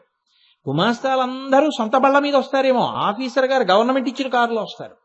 గుమాస్తాలందరూ ఎవడి పెన్ను వాడు జేబులో పెట్టుకొస్తాడు, ఆయన ఫైళ్లు ఓ మెసెంజర్ పట్టుకొస్తాడు. మిగిలిన వాళ్ళందరి దగ్గరికి ఎవరు పడితే వాళ్ళు వచ్చి మాట్లాడతారు. ఆయన దగ్గరికి వెళ్ళి మాట్లాడాలంటే కాగితం మీద పేరు రాసి లోపలికి పంపించాలి, ఆయన పిలిస్తే వస్తారు. వీళ్ళు ఏమో ఇలారా అని నోరు తెరిచి పిలవాలి, ఆయన ఇలా గంట కొడితే వస్తారు. అంటే పరిపాలనయందు అధికారమునందు లక్ష్మి ఉంటుంది, ఆవహించి ఉంటుంది కదండి. కాబట్టి విష్ణువునకు లక్ష్మి ఆవాహన అయి ఉంటుంది. ఆమె కారుణ్యమూర్తి. ఈశానాం జగతోస్య వెంకటపతేర్విష్ణోః పరాం ప్రేయసీం తద్వక్షస్థల నిత్యవాస రసికాం తక్షాంతి సంవర్ధినీం పద్మాలంకృత పాణిపల్లవయుగాం పద్మాసనస్వాం శ్రియం వాత్సల్యాది గుణోజ్వలాం భగవతీం వందే జగన్మాతరం. పరిపాలకుడు కఠినుడిగా ఉన్నాడనుకోండి చాలా కష్టం మిగిలిన వాళ్ళకి. లోకంలో అజ్ఞానం లేకపోతే గురువు గారు ఎందుకు, తప్పులు చేసేవాడు లేకపోతే ఈశ్వరుడు ఎందుకు, ఈ ఇద్దరు ఖాళీ పనే ఉండదు వాళ్ళిద్దరికి కదండి. లోకంలో అజ్ఞానం ఉంది కాబట్టే గురువు గారు కావాల్సి వచ్చాడు. లోకంలో తప్పులు చేసేవాడు ఉన్నాడు కాబట్టే ఈశ్వరుడు కావాల్సి వచ్చాడు క్షమించడానికి. ఈ ఇద్దరు లేకపోతే ఈశ్వరుడికి పని లేదు, గురువు గారికి పని లేదు. కాబట్టి అమ్మవారు అంటూ ఉంటుందిట, ఏమిటి అలా కోపంగా చూస్తారేమిటి, తప్పులు చేశారు కాబట్టి వచ్చి కాళ్ళ మీద పడ్డారు, స్వీకరించండి, ఇటు అలా కోపంగా చూడకండి మీరు వాళ్ళ వంక అంటుంది. వాత్సల్యాది గుణోజ్వలాం భగవతీం. కారుణ్యాన్ని ఎప్పుడు ఎక్కడ చెప్తాం, ఏమిటండి అలాంటి పని చేశాడు, ఆయనకి దయలేదండి అని ఇలా తొడ చూపిస్తారా, ఆయనకి దయలేదండి అని చెయ్యి చూపించరు. ఎంత పని చేశాడండి, ఆయనకి దయలేదండి అని ఇలా చూపిస్తారు. పరిపాలకునకు దయ ఉండాలి. అందుకని అమ్మవారు ఎక్కడ ఉంటుంది, వక్షస్థలంలో ఉంటుంది. వక్షస్థలంలో ఉన్నటువంటి అమ్మవారు కాబట్టి ఈశానాం జగతోస్య వెంకటపతేర్విష్ణోః పరాం ప్రేయసీం తద్వక్షస్థల నిత్యవాస రసికాం. గుండెల్లో ఆవిడ ఉంటుంది అంటే ఆవిడ దయాస్వరూపిణి. అందుకే వేదాంత దేశికులు అమ్మవారి మీద శతకం చేస్తే దయాశతకము అని చేశారు. ఆయన మహానుభావుడు. వేదాంత దేశికులు అంటే ఏం మాటలు కాదు. శంకర భగవత్పాదులు లక్ష్మీదేవిని స్తోత్రం చేస్తే ఎలా బంగారు ఉసిరికలు కురిశాయో అలా వేదాంత దేశికులు స్తోత్రం చేస్తే బంగారు ఉసిరికలు కురిశాయి. ఆయనకి సర్వతంత్ర స్వతంత్ర బిరుదుంది వేదాంత దేశికులకి. సర్వతంత్ర స్వతంత్ర అని ఎవరిని పిలుస్తారో తెలుసా అండి? ఏది కావాలన్నా ఈశ్వరుణ్ణి తప్ప ఇంకోళ్ళని అడగరు వాళ్ళు. ఆ లక్షణం ఉంటే సర్వతంత్ర స్వతంత్ర అంటారు. శృంగగిరి పీఠాధిపతులకి బిరుదునామాల్లో సర్వతంత్ర స్వతంత్ర ఉంది. శంకరాచార్యులు వారు ఓ వృద్ధ బ్రాహ్మణిని అనుగ్రహించాలనుకున్నారు. లక్ష్మీదేవిని స్తోత్రం చేశారు, బంగారు ఉసిరికలు కురిపించేసింది. అది సర్వతంత్ర స్వతంత్ర. వేదాంత దేశికులకి ఆ బిరుదుండేది. ఆయన బిరుదుకి అర్హుడు కారని నిరూపించాలని కొంతమంది అసూయాపరులు ఏం చేశారంటే, ఓ బ్రాహ్మణ పిల్లాన్ని పంపించి పెళ్లి చేసుకోవడానికి డబ్బులు లేవు మీరు ఇవ్వండి అని అడుగు. ఆయన దగ్గర డబ్బులేం లేవంటే ఆయనకేం డబ్బుల కోసం ఆర్తి లేదు. ఆయన మహానుభావుడు, ఈశ్వరుని నమ్ముకున్నవాడు. అందుకని అడుగు ఏం చేస్తారో చూద్దామన్నారు. ఇవ్వకపోతే నీకు సర్వతంత్ర స్వతంత్ర బిరుదు ఏమిటాయా అని అడుగుదాం అనుకున్నారు. ఈ బ్రాహ్మణుడు వెళ్ళి అడిగాడు, ఆయన పెళ్లికి డబ్బు ఇవ్వాలి, ఏం చేస్తారు? ఆయన ఒక్కసారి ఆలోచించారు. ఆలోచించి లక్ష్మీదేవిని స్తోత్రం చేశారు. అంతే. కనుక కాసులు కురిశాయి. అంతటి మహానుభావుడు వేదాంత దేశికులంటే ఆయన. అందుకే అమ్మవారి మీద శతకం చేస్తే ఇంకొక పేరు పెట్టలేదు, దయాశతకము అని పేరు పెట్టారు. అటువంటి మహాపురుషులు లోకంలో ఉన్నారు, చూపించారు అమ్మవారి అనుగ్రహం అంటే ఏమిటో. కాబట్టి లక్ష్మిగా ఆ పరాశక్తే విష్ణువు యొక్క గుండెల్లో ఉంటుంది. కాబట్టి వదనారవింద వక్షో వామాంక తటీ. రుద్రుడి దగ్గరికి వచ్చేటప్పటికి ఎడమ తొడ మీద కూర్చుని ఉంటుంది. ఎలా? కాళీగా. కాళీ శక్తి. ఆవిడ ఏం చేస్తుంది? సంహార ప్రక్రియనందు ఉపయోగపడుతుంది. అంటే మళ్ళీ మీ అందరూ వెంటనే దీనికి రకరకాల అర్థాలు తీసేసి కాబట్టి శివుడనగా చంపువాడు అని వ్యాఖ్యానం చేయకండి. మీరు ఆయన్ని పొందకపోతే ఆయన మిమ్మల్ని పొందడమే సంహార ప్రక్రియ. దాన్నే మహాప్రళయం అంటారు. మీకు నిద్ర ఇవ్వడం నిత్యప్రళయం. అసలు ఇంకొక పెద్ద అర్థం ఏమిటో తెలుసా అండి? వామదేవమూర్తి చేసేటటువంటి గొప్ప అనుగ్రహం ఏమిటో తెలుసా? రుద్రస్వరూపంగా మీకు రుత్యా ధర్మాన్ అవలోకయతి ప్రాపయితిత్వా, అది రుద్ర శబ్దానికి అర్థం. అంటే ధర్మమును మీకు చెప్పి ధర్మమునందు మీరు నడిచేటట్టు చెయ్యగలిగిన వాడెవరో ఆయనకి రుద్రుడని పేరు. ఆయనదే ఉత్తరాభిముఖం వామదేవమూర్తి. ఇప్పుడు మీరు ఒకటి జాగ్రత్తగా ఆలోచించండి. మీకు సుఖములు కావాలి, మీ అమ్మాయికి పెళ్ళవ్వాలి, మీ అబ్బాయికి మంచి ఉద్యోగం రావాలి. మీ అమ్మాయికి పెళ్ళవలేదు, మీ అబ్బాయికి ఉద్యోగం రాలేదు. పెళ్ళైన అమ్మాయికి కొడుకు పుట్టాలి, ఆ అమ్మాయి కడుపు పండలేదు. ఇప్పుడు మీరేం చేస్తున్నారు? బాధపడుతున్నారు, మీ కన్నులు నీరొస్తోంది. ఎందుకు మీరు ఏడుస్తున్నారు? ఈశ్వరుడు ఎందుకు మీ కోరిక తీర్చట్లేదు? గతమునందు చేసిన పాపం ఉంది. ఆ పాపము వలన ఇప్పుడు మీరు కోరుకున్న కోరిక తీరకుండా దుఃఖపడుతున్నారు. ఇప్పుడు మీ కోరిక తీరాలి. ఇప్పుడు కాదు, ఎప్పటికీ తీరుతూ ఉండాలి మీ కోరికలు. మీరు ఎటువైపుకు వెడితే తీరుతాయి? ధర్మం వైపుకు వెడితే తీరుతాయి. మీకు ధర్మం వినపడేటట్టు చేసి ఒక గురువు గారిగా మీకు ధర్మాన్ని ఉపదేశం చేసి మీకు ధర్మమునందు అనురక్తి కల్పించి మీరు ధర్మ మార్గంలో నడిచేటట్టుగా మార్చి దాని వలన మీ పాపములను కాల్చి వీడిప్పుడు మంచి మార్గంలోకి వచ్చాడని మీ కోర్కెలు తీరేటట్టు చేసేవాడెవరో వాడు వామదేవుడు. కాబట్టి ఆయన ధర్మమునిస్తాడు. అయితే ఏమండి, వామదేవమూర్తి మీకు కోరికలు ఒకటే తీరుస్తాడా? కాదు. రుత్ ద్రావయతి ఇది రుద్రః. రుత్ అంటే ఏమిటో తెలుసా అండి? మోహింపచేయునది, స్తంభింపచేయునది, అడ్డగించున్నది, ప్రతిబంధకముగా అడ్డంగా పడుకునేదానికి రుత్ అని పేరు. అంటే మీరు దేనికి దేన్ని వాడుకోవాలో దానికి వాడుకోకుండా చేసేసి ఇంకొకలా వాడుకునేటట్టు మీ బుద్ధిని మోహపెట్టి మీ జీవితాన్ని పాడు చేసేదానికి రుత్ అని పేరు. కాబట్టి అది గురువుతో ఉండేటటువంటి అనుబంధాన్ని చెప్తుంది. శివుడే గురువుగా దిగొస్తాడు. నేను మొన్న మీకు చెప్పానుగా, నమ శంభవే చ మయోభవే చ నమ శంకరాయ చ మయస్కరాయ చ నమ శివాయ చ శివతరాయ చ. శాస్త్రముగా గురువుగా శివుడే ఉంటాడు లోకంలో.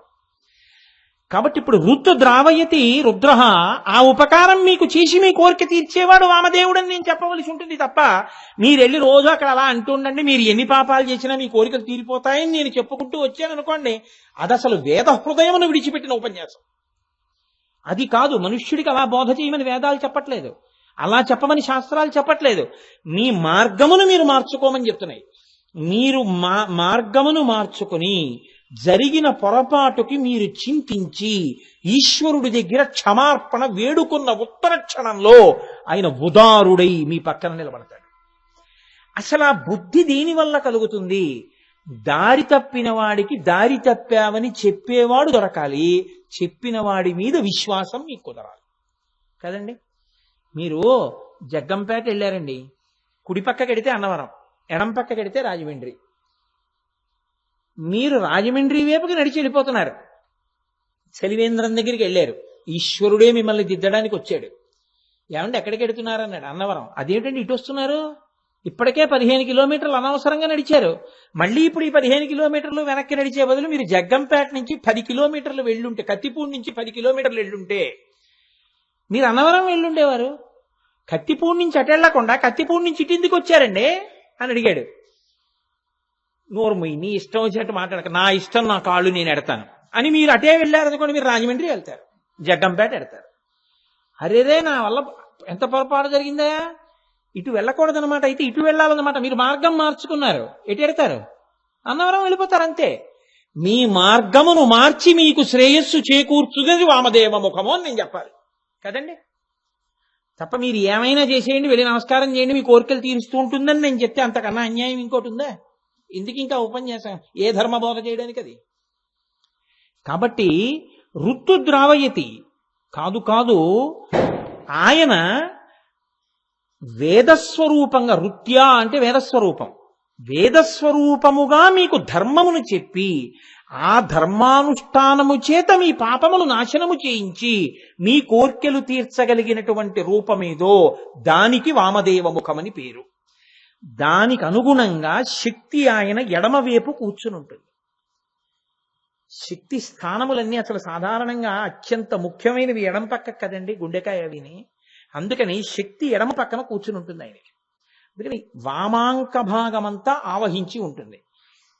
అయితే మీరు నన్ను ఒక మాట అడుగుతారు, ఏమండి మరి మీరు శివాష్టోత్తరం కదా చెప్తున్నారు, ఇది మొదలు పెట్టినప్పుడు మీరేమన్నారు? శరీరార్థ భాగాన్ని పార్వతీదేవి కోరి నారాయణుని అడిగితే కదా ఈ నామాలు చెప్తున్నాడు అన్నారు. మరి ఆ నామాల్లోనే పార్వతీదేవి పక్కకు వచ్చేసింది అంటున్నారు మళ్ళీ మీరు. ఇది ఎలా సంభవం? చేరిపోతే ఇంకా మళ్ళీ అడగడం ఏంటి? ఇక్కడ ఒక పెద్ద సూక్ష్మం ఒకటి ఉంది, మీరు పట్టుకోవాల్సింది. కామాక్షిగా వచ్చింది ఆదిపరాశక్తి. ఆవిడే లక్ష్మి, ఆవిడే సరస్వతి, ఆవిడే పార్వతి, మూడు కలిసిపోయినటువంటి ఆదిపరాశక్తి కామాక్షి. మీరు కామాక్షి దగ్గరికి వెళ్ళి విమలపటి కమలకుటి పుస్తక రుద్రాక్షస్త హస్తపుటి కామాక్షి పక్ష్మలాక్షి కలిత విపంచి విభాసి వైరించి అన్నారనుకోండి, ఆవిడ సరస్వతీ కటాక్షం ఇస్తుంది. ఏది మరుపు లేకుండా జ్ఞాపకం వచ్చేటట్టుగా చేసేస్తుంది ఆవిడ. ఆవిడ దగ్గరే నిలబడి మీరు లక్ష్మీ కటాక్షం కావాలని శ్లోకం చెప్పారనుకోండి, ఆవిడే లక్ష్మీ కటాక్షం ఇస్తుంది. మీరు ఆ కామాక్షి దగ్గరే నిలబడి నాకు శక్తి కావాలి అని శ్లోకం చెప్పారనుకోండి, ఆవిడ మీకు శక్తిని ఇచ్చేస్తుంది. ఆవిడ దగ్గరికి వెళ్ళి మీరు మోక్షం కావాలి అని అడిగారనుకోండి, ఆవిడ అది ఇచ్చేస్తుంది.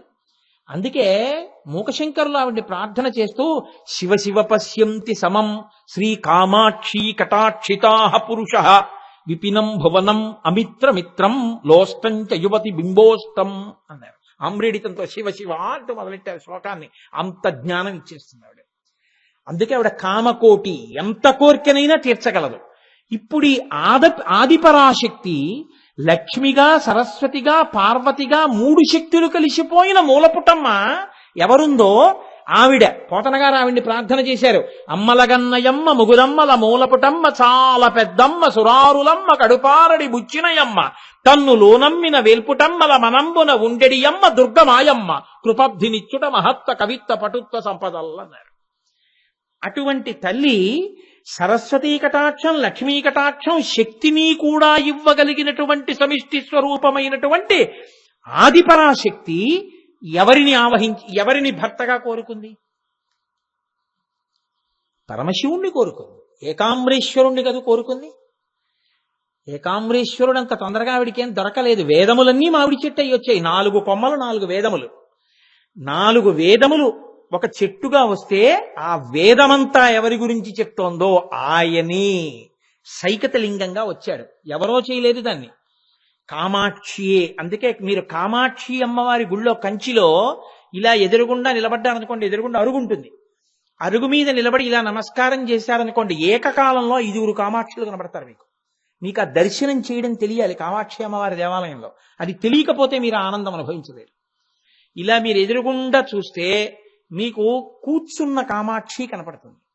మీరు కొంచెం పక్కకెళ్ళి అమ్మవారి శయనమందిరం వైపుకి అడుగులు వేసి మీరు కొంచెం ఇలా లోపలికి చూస్తే గర్భాలయంలో తపోకామాక్షి కనపడుతుంది పక్కన. అమ్మవారి మూర్తికి కుడి చేతి పక్కకు ఉంటుంది తపోకామాక్షి. మళ్ళీ మీరు ఇలా నిలబడి ఇలా కుడి పక్కకి తల తిప్పితే ఉత్సవ కామాక్షి ఉంటుంది. మీరు ఇలా ఎడం పక్కకి తల తిప్పితే బంగారు కామాక్షి ఉంటుంది. మీరు ఇలా వెనక్కి తిరిగి తల తిప్పి విమానంలోకి చూస్తే విమాన కామాక్షి ఉంటుంది. కాబట్టి 5 కామాక్షులు మీరు నిలబడిన చోట దర్శనం అవుతాయి. మళ్ళీ ఈ 5 దర్శనాల్లో ఒక గొప్పతనం ఉంటుంది. ఇప్పుడు నేను మళ్ళీ దాని జోలికి ఎక్కడ వెళ్ళను, అలా వదిలేయండి. 5 కామాక్షులు దర్శనం అవుతారు. ఇప్పుడు ఈ కామాక్షి తపోకామాక్షి అయింది. ఆవిడ తపించింది. సరస్వతీ శక్తి, లక్ష్మీ శక్తి, పార్వతి శక్తి ఒకటైన కామాక్షి దేని గురించి తపించింది? భర్తని పొందడానికి. ఎవరిని భర్తగా పొందింది ఆవిడ? ఇసకని తన చేత్తో ఇలా కుప్ప చేసింది, శివలింగం అయింది. ఇప్పుడు ఆవిడ శివలింగాన్ని ఆరాధన చేస్తోంది రోజు. పరమశివుడు పరీక్ష పెట్టాడు. ఏం చేస్తుందో చూద్దాం. తన జటలో ఉన్నటువంటి గంగని విడిచిపెట్టాడు. ఆ గంగ అమాంతం వచ్చి సైకిత లింగాన్ని తీసుకెళ్ళిపోతుంది. ఆవిడ వెంటనే కాళీ స్వరూపాన్ని ప్రార్థన చేసింది. ఆవిడలో ఉన్న శక్తే కదండి. కాళీ స్వరూపం వచ్చి ఆ గంగ అంతా తాగేసి. శంకరుడు అనుకున్నాడు, ఓహో కాళీ స్వరూపంతో గంగ తాగేస్తావా, చూడేం చేస్తానోనని కాళీ స్వరూపాన్ని కూడా ముంచెత్తగలిగినంతటి గంగని సృష్టించాడు. ఇప్పుడు ఆవిడ తన అన్నగారు నారాయణుణ్ణి ప్రార్థించింది. నారాయణ నారాయణి కదండి. మీరు కంచి విడితే ఆ వైభవం తెలుస్తుంది. అసలు అమ్మవారికి విష్ణువుకి ఎంత దగ్గర సంబంధమో మీకు కంచిలో ప్రకాశిస్తూ ఉంటుంది. ఆయన ఏం చేశాడు, గబగబా వచ్చి, అమ్మా ఇది శివుడి పరీక్ష చెల్లి, నీటిని ఆపే ప్రయత్నం కాదు, శివుణ్ణి గట్టిగా పట్టుకో, ఆయన్నే నమ్ము, నన్ను కొట్టుకుపోయినా పర్వాలేదు కానీ ఈ ప్రవాహం నిన్ను పాడు చేయడానికి వీల్లేదు, లింగాన్ని కౌగిలించుకో అన్నాడు. వెంటనే అన్నగారి మాటలు విని ఆవిడేం చేసింది, గట్టిగా కౌగిలించుకుంది. అందుకే కంచి విడితే ఏకాంబరేశ్వర లింగం దగ్గర నిలబడి ఓ శ్లోకం చెప్పాలి. ఏమని చెప్తారో తెలుసా అండి, ఉమాలింగన సంక్రాంత కుచకంకణముద్రితం లింగమేకామ్రనాథస్య సైకతం సముపాస్మహే అని చెప్పాలి. చెప్తేనే మీ మనసులో ఆ పొంగు వస్తుంది ఏకాంబరేశ్వరుడు ముందు నిలబడినప్పుడు. ఆవిడ గట్టిగా కౌగిలించుకున్నప్పుడు ఆవిడ చేతి కంకణములు ఆ శివలింగానికి గుచ్చుకుని ముద్రలు పడ్డాయి. అమ్మవారు గట్టిగా కౌగిలించుకోవడంలో ఆవిడ యొక్క కుచములు స్తనాగ్రములు గుచ్చుకుని ముద్రలు పడ్డాయి. ఆవిడ అంత గట్టిగా కౌగిలించుకుంటే ఆవిడ ప్రేమకి అందులోంచి ఏకామ్రనాథుడు ఆవిర్భవించాడు. ఆవిర్భవించి కామాక్షి నిన్ను స్వీకరిస్తున్నానన్నాడు. అందుకే మీరు శివాలయంలో చూసేటటువంటి శివలింగం, ఏకాంబరేశ్వరుడి యొక్క శివలింగానికి పృథివీలింగం, దానికి అభిషేకం లేదు, నీళ్లతో అభిషేకం చేయరు. పానవట్టం మీద నీళ్లు పోస్తారు, శివలింగానికి పునుగు రాస్తారు. మీరు పొద్దున్నే గుడికెళ్ళి ఉత్సాహంతో అర్చకులను అడిగితే చూపిస్తారు ఆ పునుగు. దాన్ని రాస్తారు నల్లగా, పౌరాయి గూళ్ళో ఉంటుంది ఆ శివలింగం. అమ్మవారు ఎలా పెట్టిందో అలాగే ఉండిపోయింది, అది పునుగే రాస్తారు దానికి. మామిడి చెట్టు కింద ఆవిడ్ని స్వీకరించినప్పుడు కామాక్షిని స్వీకరించిన శివుడు ఉంటాడు. చిత్రం ఏమిటో తెలుసా అండి, ఆయన ఇలా కూర్చుంటాడు, అమ్మవారు ఇటు కూర్చుని ఈయన్ని చూస్తుంటుంది. వీళ్ళిద్దరి మధ్యలో సుబ్రహ్మణ్యుడు ఉంటాడు. చెల్లి నీ కోరిక తీరిందా, పెళ్లిపీటల మీద చేరావా, పొందావా బావగారిని, ఇప్పుడు నీకు సంతోషమా? వీళ్ళిద్దరూ సంతోషంగా ఉన్న సన్నివేశాన్ని చూసేది ఎవరో తెలుసా అండి, కింద వ్యాఘ్రపాదుడు పతంజలి ఉంటారు. ఒక్క కంచిలోనే మీరు చూడగలరు, మూలపీఠం కింద ఉంటారు. ఎక్కడ, మామిడి చెట్టు కింద చూడాలి, వ్యాఘ్రపాదుడు పతంజలి. మీరు అక్కడికి వెళ్ళి కొంచెం నిన్నే కాదు పార్వతి, ఇక్కడికొచ్చి ఎవరు నన్ను ప్రార్థన చేసినా అనుగ్రహిస్తానని చెప్పడానికి ఈవిడ్ని ఇలా అంటూ శివుడు ఇలా అంటుంటాడు, ఎవరొచ్చినా ఇచ్చేస్తానని. ఇప్పుడు చెల్లెలు బావగారి వైభవాన్ని చూసి పొంగిపోతున్నవాడు ఎవరో తెలుసా అండి, చెల్లి చూసావా ఇప్పుడు బావగారితో సంతోషంగా ఉన్నావా అంటూ ఎదురుకుంటా గోడ మీద విష్ణు ఉంటారు. మీరు ఇలా వంగి పైకి చూస్తే కనపడతారు ఆయన. ఏమి కాంచీపట్టణం అండి, అయోధ్య మధుర మాయా కాశీ కాంచీ అవంతిక పురి ద్వారవతి చైవ సప్తైతే మోక్షదాయక, దక్షిణ భారతదేశంలో ఉన్న ఏకైక మోక్షపురి. నాకు అందుకే ఆ కాంచీపురం అంటే అంత ప్రాణం, అంత ఇష్టం నాకు. కాబట్టి అటువంటి కాంచీపురంలో కామాక్షి, సరస్వతి, లక్ష్మీ, పార్వతీ స్వరూపమైనటువంటి ఆదిపరాశక్తి ఎవరిని పొందింది? ముందు పరమేశ్వరుణ్ణి పొందింది, ఈశ్వరుణ్ణి పొందింది. ఆయన ఎడమ పక్కకొచ్చి కూర్చుంది ఆవిడ. కాబట్టి ప్రకృతి పురుషులుగా కలిసినప్పుడు సమస్త శక్తులు ఎవరి యందు లీనమై ఉంటాయి అంటే శివుని యందు లీనమై ఉంటాయి. అందుకే ఆద్య కుటుంబినే, మొట్టమొదట ఉన్న వాళ్ళు లోకంలో వీళ్ళిద్దరే. ఇది చెప్పడానికే శంకరాచార్యులు వారు శివానందలహరి చేస్తే నిత్యాయ త్రిగుణాత్మనే పురజితే కాత్యాయని శ్రేయసే సత్యాయాద్య కుటుంబినే మునిమన ప్రత్యక్ష చిన్మూర్తయే అని శ్లోకం చేస్తూ ఆద్య కుటుంబిని, మొదట ఉన్న కుటుంబం అంటారు. ప్రకృతి పురుషులుగా వాళ్ళిద్దరూ ఉన్నారు. కాబట్టి అది కామాక్షి స్వరూపానికి ఉన్న గొప్పతనం. తర్వాత రుద్రుడిగా, శివుడిగా ఆయన ఒక అంశగా ఆయనలోంచి ఈయన వచ్చినప్పుడు అంటే ఏమిటండి తేడా అని అడుగుతారేమో. పెద్ద తేడాల గురించి మీరు దానికి ఉన్నటువంటి చిన్న తేడా పట్టుకునే ప్రయత్నం చేయకండి. ఆ తేడా ఎలా ఉంటుందో తెలుసా అండి, బహుస్వల్పంగా ఉంటుందంతే. నేను మీకు కొంచెం అర్థమయ్యేట్టుగా బాగా చెప్పాలి అంటే, నేను పరమాచార్య స్వామి వారి మాటల్లో చెప్పాలి అంటే, వెనకటికి ఒక జమీందారు పాలేరుని పెట్టుకుందాం అనుకున్నాడు. అంటే ఒక ఆయన వెళ్ళి నేను బాగా పనిచేస్తానండి మీ దగ్గర పాలేరు కింద అన్నాడు. ఓ రోజు చేసి చూడు ఆవుల దగ్గర అన్నాడు. బాగా చేశాడు. ఏమో నిన్ను పెట్టుకుందాం అనుకుంటున్నాను పనిలోకి, నీకు ఎంత కావాలి జీతం ఏదో అడిగాడు. తప్పకుండా ఇస్తాను. ఏమిటి నీ పేరేమిటి, పిలవాలి కదా పాలేరుని, ఏమిటి నీ పేరు అంటే పెరుమాళ్ అన్నాడు. అమ్మ నాయనోయ్, పెరుమాళ్ అంటే ఈశ్వరుడు. పెరుమాళ్ అని ద్రవిడ సంప్రదాయంలో శ్రీ మహావిష్ణువుని పెరుమాళ్ పెరుమాళ్ అంటుంటారు. కంచిలో ఆదివరాహస్వామి మన స్వామి శ్రీ మహావిష్ణువు ఉన్నారు కదా అక్కడ. ఆ శ్రీ మహావిష్ణువు యొక్క భార్య పేరు పేరుందేవి. ఆవిడ పెద్దింటమ్మ. అక్కడ ఆవిడ సభామంటపాన్ని దాటి బయటికి రాదు ఆవిడ. కాబట్టి ఆ వరదరాజస్వామి అలా పెరుమాళ్ అంటే శ్రీ మహావిష్ణువు మా యజమాని, మా తండ్రి, మేము పూజ చేసేటటువంటి స్వామి. రోజు పాలేరుని పట్టుకెళ్ళి పెరుమాళ్ళని పిలిచారనుకోండి, ఎప్పుడైనా పని చేయకపోతే తిట్టవలసి వస్తుంది. పెరుమాళ్ళని పిలిచి తిడితే నా మనసు ఒప్పదయా, ఆయన మా తండ్రి.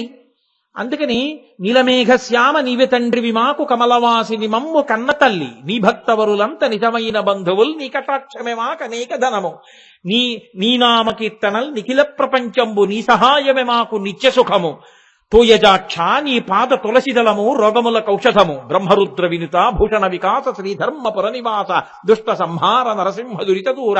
మళ్ళీ ఇలా అన్నానేమిట్రా అనుకోకండి, పేర్లు మారుతాయి అంతే, తత్వం ఒకటి. కాబట్టి ఇప్పుడు అటువంటి పెరుమాళ్ అనే పేరుతో నువ్వు ఉంటే, నువ్వు రేపొద్దున సరిగ్గా పనిచేయకపోతే పెరుమాళ్ళని పిలిచి నేను ఎలా తిడతాను? అందుకని మీ ఊరు వెళ్ళి పేరు మార్చుకునిరా అంటే, మరి పేరు మార్చుకుంటే మా ఊళ్ళో సంప్రదాయం కొంచెం ఖర్చు అవుతుందండి, పేరు మార్చుకునేటటువంటి క్రతువు చేసుకోవడానికి. పోన్లే నేను ఇస్తాను డబ్బట్టుకెళ్ళు అన్నాడు. యజమాని దగ్గర డబ్బట్టుకున్నాడు, వాళ్ళ ఊరు వెళ్ళాడు, పేరు మార్చేసుకున్నాడు, వచ్చేసాడు. ఏమిరా మార్చుకున్నావా అన్నాడు. మార్చుకున్నానండి అయ్యా. ఏమని మార్చుకున్నావు? పెద్ద పెరుమాళ్ అని పెట్టుకున్నానండి.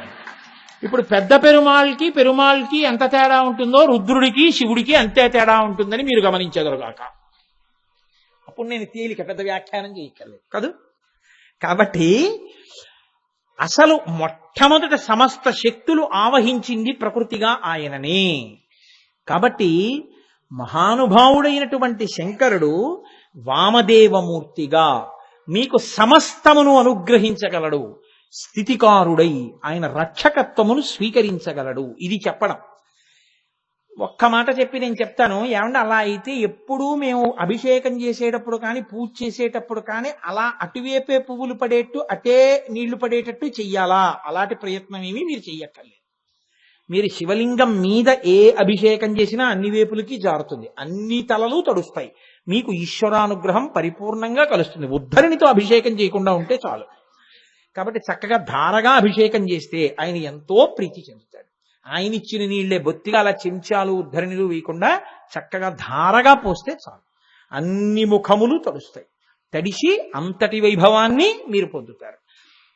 చాలు. ఇంకా వామదేవాయ నమః అక్కడతో విడిచిపెట్టేస్తున్నాను. నేను మీకు అర్థమయ్యేట్టు చెప్పగలిగాను అని నేను అనుకుంటున్నాను. ఆ పైన ఈశ్వర ఇచ్ఛ. కాబట్టి శివో మహేశ్వర శంభు పినాకి శశిశేఖర వామదేవో విరూపాక్ష. విరూపాక్ష ఇదొక చాలా చిత్రాతి చిత్రమైనటువంటి నామం. ఈ నామం చెప్పేటప్పుడు నేను మీరు రోజు చదువుతున్న శివాష్టోత్తరంలో కొన్ని నామాలు చెప్తాను, మీరు గుర్తుపెట్టుకోండి. అందులో లలాటాక్ష అనొక నామం ఉంటుంది, సోమసూర్యాగ్నిలోచన ఒక నామం ఉంటుంది. ఎందుకు విరూపాక్ష ఆయన అయ్యాడో తెలుసా అండి? శ్రీ మహావిష్ణువు విషయంలో ఈ గొడవ ఉండదు. రామ కమలపత్రాక్ష సర్వసత్వ మనోహర రూప దాక్షిణ్య సంపన్న ప్రసూత జనకాత్మజే. శ్రీ మహావిష్ణువు కళ్ళు కమలపత్రాల్లా ఉంటాయంటారు. ఆయనతో ఇబ్బంది లేదు. ఒక్క పరమశివుడి దగ్గరికి వచ్చేటప్పటికీ విరూపమైనటువంటి అక్షులు కలిగిన వాడు. అంటే లోకంలో ఎక్కడా లేని రీతిలో కళ్ళు ఉన్నాయనుకోండి ముఖంలో, అప్పుడు చూడడానికి వికృతంగా ఉంటుంది. అదేంటంటే అలా ఉందా ముఖం అంటారా అనరా? కాశీ ఆవులని మీరు చూసుంటారు, దానికి ఒక కాలు డెక్కతో వేలాడుతుంటుంది. అందుకే అక్కడికి వెళ్ళగానే ఇక్కడి నుంచి వెళ్ళిన వారు కాశీ ఆవును చూడగానే అదేంటంటే దానికి కొత్తగా ఇంకో కాలు వేలాడుతోంది అంటారు. అది కాశీ ఆవులు ఏంటంటుంటారు. అది మనకి విచిత్రంగా కనిపిస్తుంది. పరమశివుడి దర్శనం అయితే ఆయన ముఖం కూడా అలాగే ఉంటుంది. ఎందుకో తెలుసా అండి? బీషికన్నుల వాడు లోకంలో ఆయన ఒక్కడే, ఆయన వినా ఇంకొకరు లేరు. మూడంకె మీద కళ్ళున్నాయి ఆయనకి. ఇక్కడో కన్ను, ఇక్కడో కన్ను, ఇక్కడో కన్ను. అలా ఎవరైనా మీకు కనపడ్డారనుకోండి గబుక్కుని, ఇక్కడ ఇలా ఓ నిలువుగా ఓ కన్నుండి ఇలా రెప్ప మూసుకుని ఉందనుకోండి, మీరు మామూలుగా ఇలా వెళ్ళిపోతూ అలా చూసి అలా వెళ్ళిపోతారా? అయిపోయి అదేంటంటే ఆయనకి నుదిరి మీద ఇంకో కన్ను ఉంది ఏమిటండి అలాగా అంటారా అనరా? అప్పుడు మిగిలిన ప్రాణుల కన్నా విలక్షణమైన వాడు మీకు వికృతముగా కనపడినట్టు అనిపించేవాడు కాదు. అందుకని విరూపాక్ష. కానీ అలా వికృతంగా ఉంటాడని మీరు అనుకుంటున్నారా? కాదు. ఆయన మూడవ కన్ను చూపించాలనుకుంటేనే మూడో కంటితో కనపడతాడు. ఆయన మూడో కన్ను చూపించాలని భక్తితోనే కోరుకోవాలి. లేకపోతే ఆ కన్ను ఎలా కనపడుతుందో తెలుసా అండి? పెట్టుకున్న కుంకం బొట్టులా కనపడుతుందండి. ఆ బొట్టు కిందకి వెళ్ళిపోయి బొట్టులా కనపడుతుంది. కానీ ఆయన ఏమి అందవికారంగా మీకేం కనపడ్డాయన. ఆయన ఎంతో అందం. అసలు మీరు శివమహాపురాణం చదివితే ఆశ్చర్యపోతారు. ఆయన కన్నా అందగాడు లోకంలో లేడు. అంత అందగాడు శివుడంటే. అందుకే లోకంలో అందానికి, సౌందర్యానికి, ఐశ్వర్య సాధనాలకి పెట్టింది పేరు విష్ణుమూర్తి. ఆయన మహానుభావుడు. మేఘశ్యామం పీతకౌశేయవాసం శ్రీవత్సాంకం కౌస్తుభోద్భాసితాంగం పుణ్యోపేతం పుండరీకాయతాక్షం విష్ణుం వందే సర్వలోకైకనాథం. అటువంటి వాడు వలచాడు పరమశివుణ్ణి. దూర్జటి దెప్పి పొడిచాడు. వన్నే ఏనుగుతోలు దుప్పటము బువా కాలకూటంబు చేగిన్నే బ్రహ్మకపాలముగ్రమగు భోగే కంఠహారంబు నిన్నీలాగున నుండియున్ తెలిసియున్ నీపాద మూలంబునన్ చేర్చన్ నారాయణుడెట్లు మానసమునన్ శ్రీకాళహస్తీశ్వర అని అడిగాడు. అంటే ఎంత అందగాడో మీరు ఆలోచించండి. ఆయన అంత అందగాడిగా కనపడేటటువంటి శివుడికి మూడు కళ్ళున్నాయండం కాదు, దాని తత్వ విచారణ మీరు చేయవలసి ఉంటుంది. నేను ఈ మూడు నామాలని కలిపేస్తున్నాను ఇవాళ. కాబట్టి నేను 4 నామాలు చెప్పినట్టుగా ఉపన్యాసంలో పూర్తవుతుంది. సోమసూర్యాగ్నిలోచన. ఆయన ఒక కన్ను సూర్యుడు, ఒక కన్ను చంద్రుడు, ఒక కన్ను అగ్ని, 3 కన్నులుగా ఉంటుంది. అసలు కామాక్షి భూమి మీదకి రావడానికి కారణం 2 కళ్ళు మూయడమే. కాబట్టి ఇప్పుడు ఆయనకి 3 కన్నులు అలా ఉంటాయి. దీని వలన ఎందుకంటే అలా ఉండడం? సూర్యచంద్రుడు కన్నులుగా ఉండడం ఏమిటి? అగ్నిహోత్రం 3వ కన్నుగా ఉండడం ఏమిటి? మీరు చాలా జాగ్రత్తగా ఈ విషయాన్ని అర్థం చేసుకునేటటువంటి ప్రయత్నం చేస్తే మీకు ఆ త్రినేత్ర, సోమసూర్యాగ్నిలోచన, లలాటాక్ష, విరూపాక్ష ఈ నామం మీద ఎంత మక్కువ ఏర్పడుతుందో. లోకంలో కాంతికంతటికీ కారణమైనటువంటి వాడు సూర్యుడు. అసలు లోకంలో సృష్టి జరిగినప్పుడు మొట్టమొదట సృష్టి జరిగిన వాడు ఆయనే. ఆదిత్యుడు అని, ఆది మొదట సూర్యుడు. అది ఆయన భాస్కరుడు, ప్రభాకరుడు. ఆయన అంతా కాంతి పుంజం. ఆయన లేకపోతే అసలు మీకు ఏది ఏదో తెలిసే అవకాశమే లేదు. దొంగకి తేడా తెలియదు. సుఖము అన్న మాట మీకు లోకంలో ఎప్పుడు అంతరించిపోతుందంటే సూర్యుడు లేకపోతే అంతరించిపోతుంది. ఎందుకో తెలుసా అండి? ఆరోగ్యం భాస్కరాది చేత్. ఆరోగ్యమంతా సూర్యుడి మీదే ఆధారపడుతుంది. అందుకే మన వాళ్ళు పూర్వం ఏం చేసేవారంటే, ఆయుర్వేదం వేదానికి ఉపాంగం. ఆయుర్వేదంలో సూర్యపుటము, చంద్రపుటము, అగ్నిపుటము అని 3 పుటములు ఉంటాయి. ఈ 3 పుటములుగా కలిపి ఔషధిని ఇస్తారు మీకు. ఈ 3 కలిస్తేనే మీకు తీరుస్తుంది. అందుకే సూర్యస్పర్శ చేత ఉన్నటువంటి పదార్థములను తీసుకొచ్చి ఇంట్లో పదార్థముల కింద అన్నంలో పెడుతుండేవారు తినమని.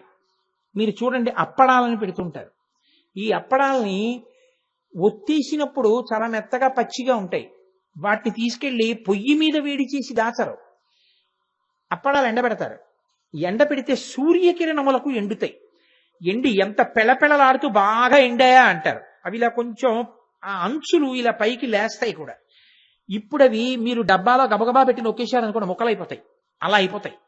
ఇప్పుడు వాటిని బులబులాగా డబ్బాలో పెట్టి జాగ్రత్తగా పెట్టి మూత పెట్టుకుని దాచుకుంటారు. ఎన్నాళ్ళు అలా ఉంచేసేయండి మీరు. ఓ 2 నెలలు 3 నెలలు పోయాక మూత తీసినా ఘుమఘుమలాడుతూ సువాసన వస్తూ ఉంటాయి. వాటికి సూక్ష్మక్రిములు పట్టకుండా నిలవ ఉండగలిగినటువంటి శక్తి దాంట్లోకి ఎలా ప్రసారం అయిందో తెలుసా అండి? సూర్యకిరణముల చేత. సూర్యకిరణములలో ఉన్న ఆ శక్తిని మన వాళ్ళ అప్పడంలోకి తీసుకొచ్చారు. ఇవన్నీ నా సొంతంగా చెప్తున్నారు అనుకుంటున్నారా? సూర్య భగవానుడి మీద వచ్చినటువంటి అనేక వ్యాఖ్యానాల్లోంచి నేను ఆయుర్వేదంలో సూర్యపుటం, చంద్రపుటం, అగ్నిపుటాన్ని ఆధారం చేసుకుని మీకు కొన్ని పదార్థాలు అందిస్తున్నాను తేలిగ్గా అర్థం అవడానికి. అలాగే ఒరుగులు అని పెట్టేవారు పూర్వం. మళ్ళీ దొరకనిది చాలా శక్తివంతమైంది అంటే ఒరుగులు పెట్టేవారు. మామిడికాయ ముక్కలన్నీ తీసుకెళ్లి బాగా ఎండబెట్టేస్తే బాగా బిర్ర బిగుసుకుపోయి ఏదో బూడిద రంగులోకి వచ్చేస్తాయి అవి. అవి నోట్లో వేసుకుంటే నాని పుల్ల పుల్లగా ఉండేవి మా చిన్నతనంలో. ఆ ఒరుగులు డబ్బాలో వేస్తారు. ఎప్పుడో మామిడికాయలు దొరకనటువంటి రోజుల్లో మామిడికాయ పప్పు తినాలనిపించింది అనుకోండి, ఈ ఒరుగులు 4 ముక్కలు తీసి పప్పులో వేసి పప్పు వండేస్తే మామిడికాయ పప్పే అది. దానికి ఆ నిలవ శక్తి ఎక్కడి నుంచి వచ్చిందో తెలుసా అండి? అలా నిలవబెట్టగలిగిన శక్తి చల్లతనంలో నిల్వ చేసి తినడం మన అలవాటు కాదు. అది సూర్యరశ్మితో నిలవబెట్టుకోవడం మన అలవాటు. మనకి ఆయుర్వేదం ఉపాంగం కాబట్టి ఒరుగులు పెట్టి తినడం ఈ జాతికి తెలుసు. సూర్యకిరణ స్పర్శ చేత నిలవశక్తి పొందిన పదార్థాన్ని ఇంట్లో వాళ్ళకి పెట్టేవారు. ఎందుకంటే సూక్ష్మక్రిముల్ని చంపే శక్తి పొందుతుంది అని. అసలు ఆ సూర్యుడు లేకపోతే ఆహారం ఉండదు. ఎందుకో తెలుసా అండి? చెట్లన్నీ కిరణజన్య సంయోగ క్రియతోటే. మీరు చిన్నప్పుడు చదువుకున్నారుగా, ఇప్పుడు నేను కొత్తగా అవన్నీ మళ్ళీ సైన్స్ పాఠాలు చెప్పక్కర్లేదు. కిరణజన్య సంయోగ క్రియతోటే ఆహారాన్ని తయారు చేసుకుంటాయి.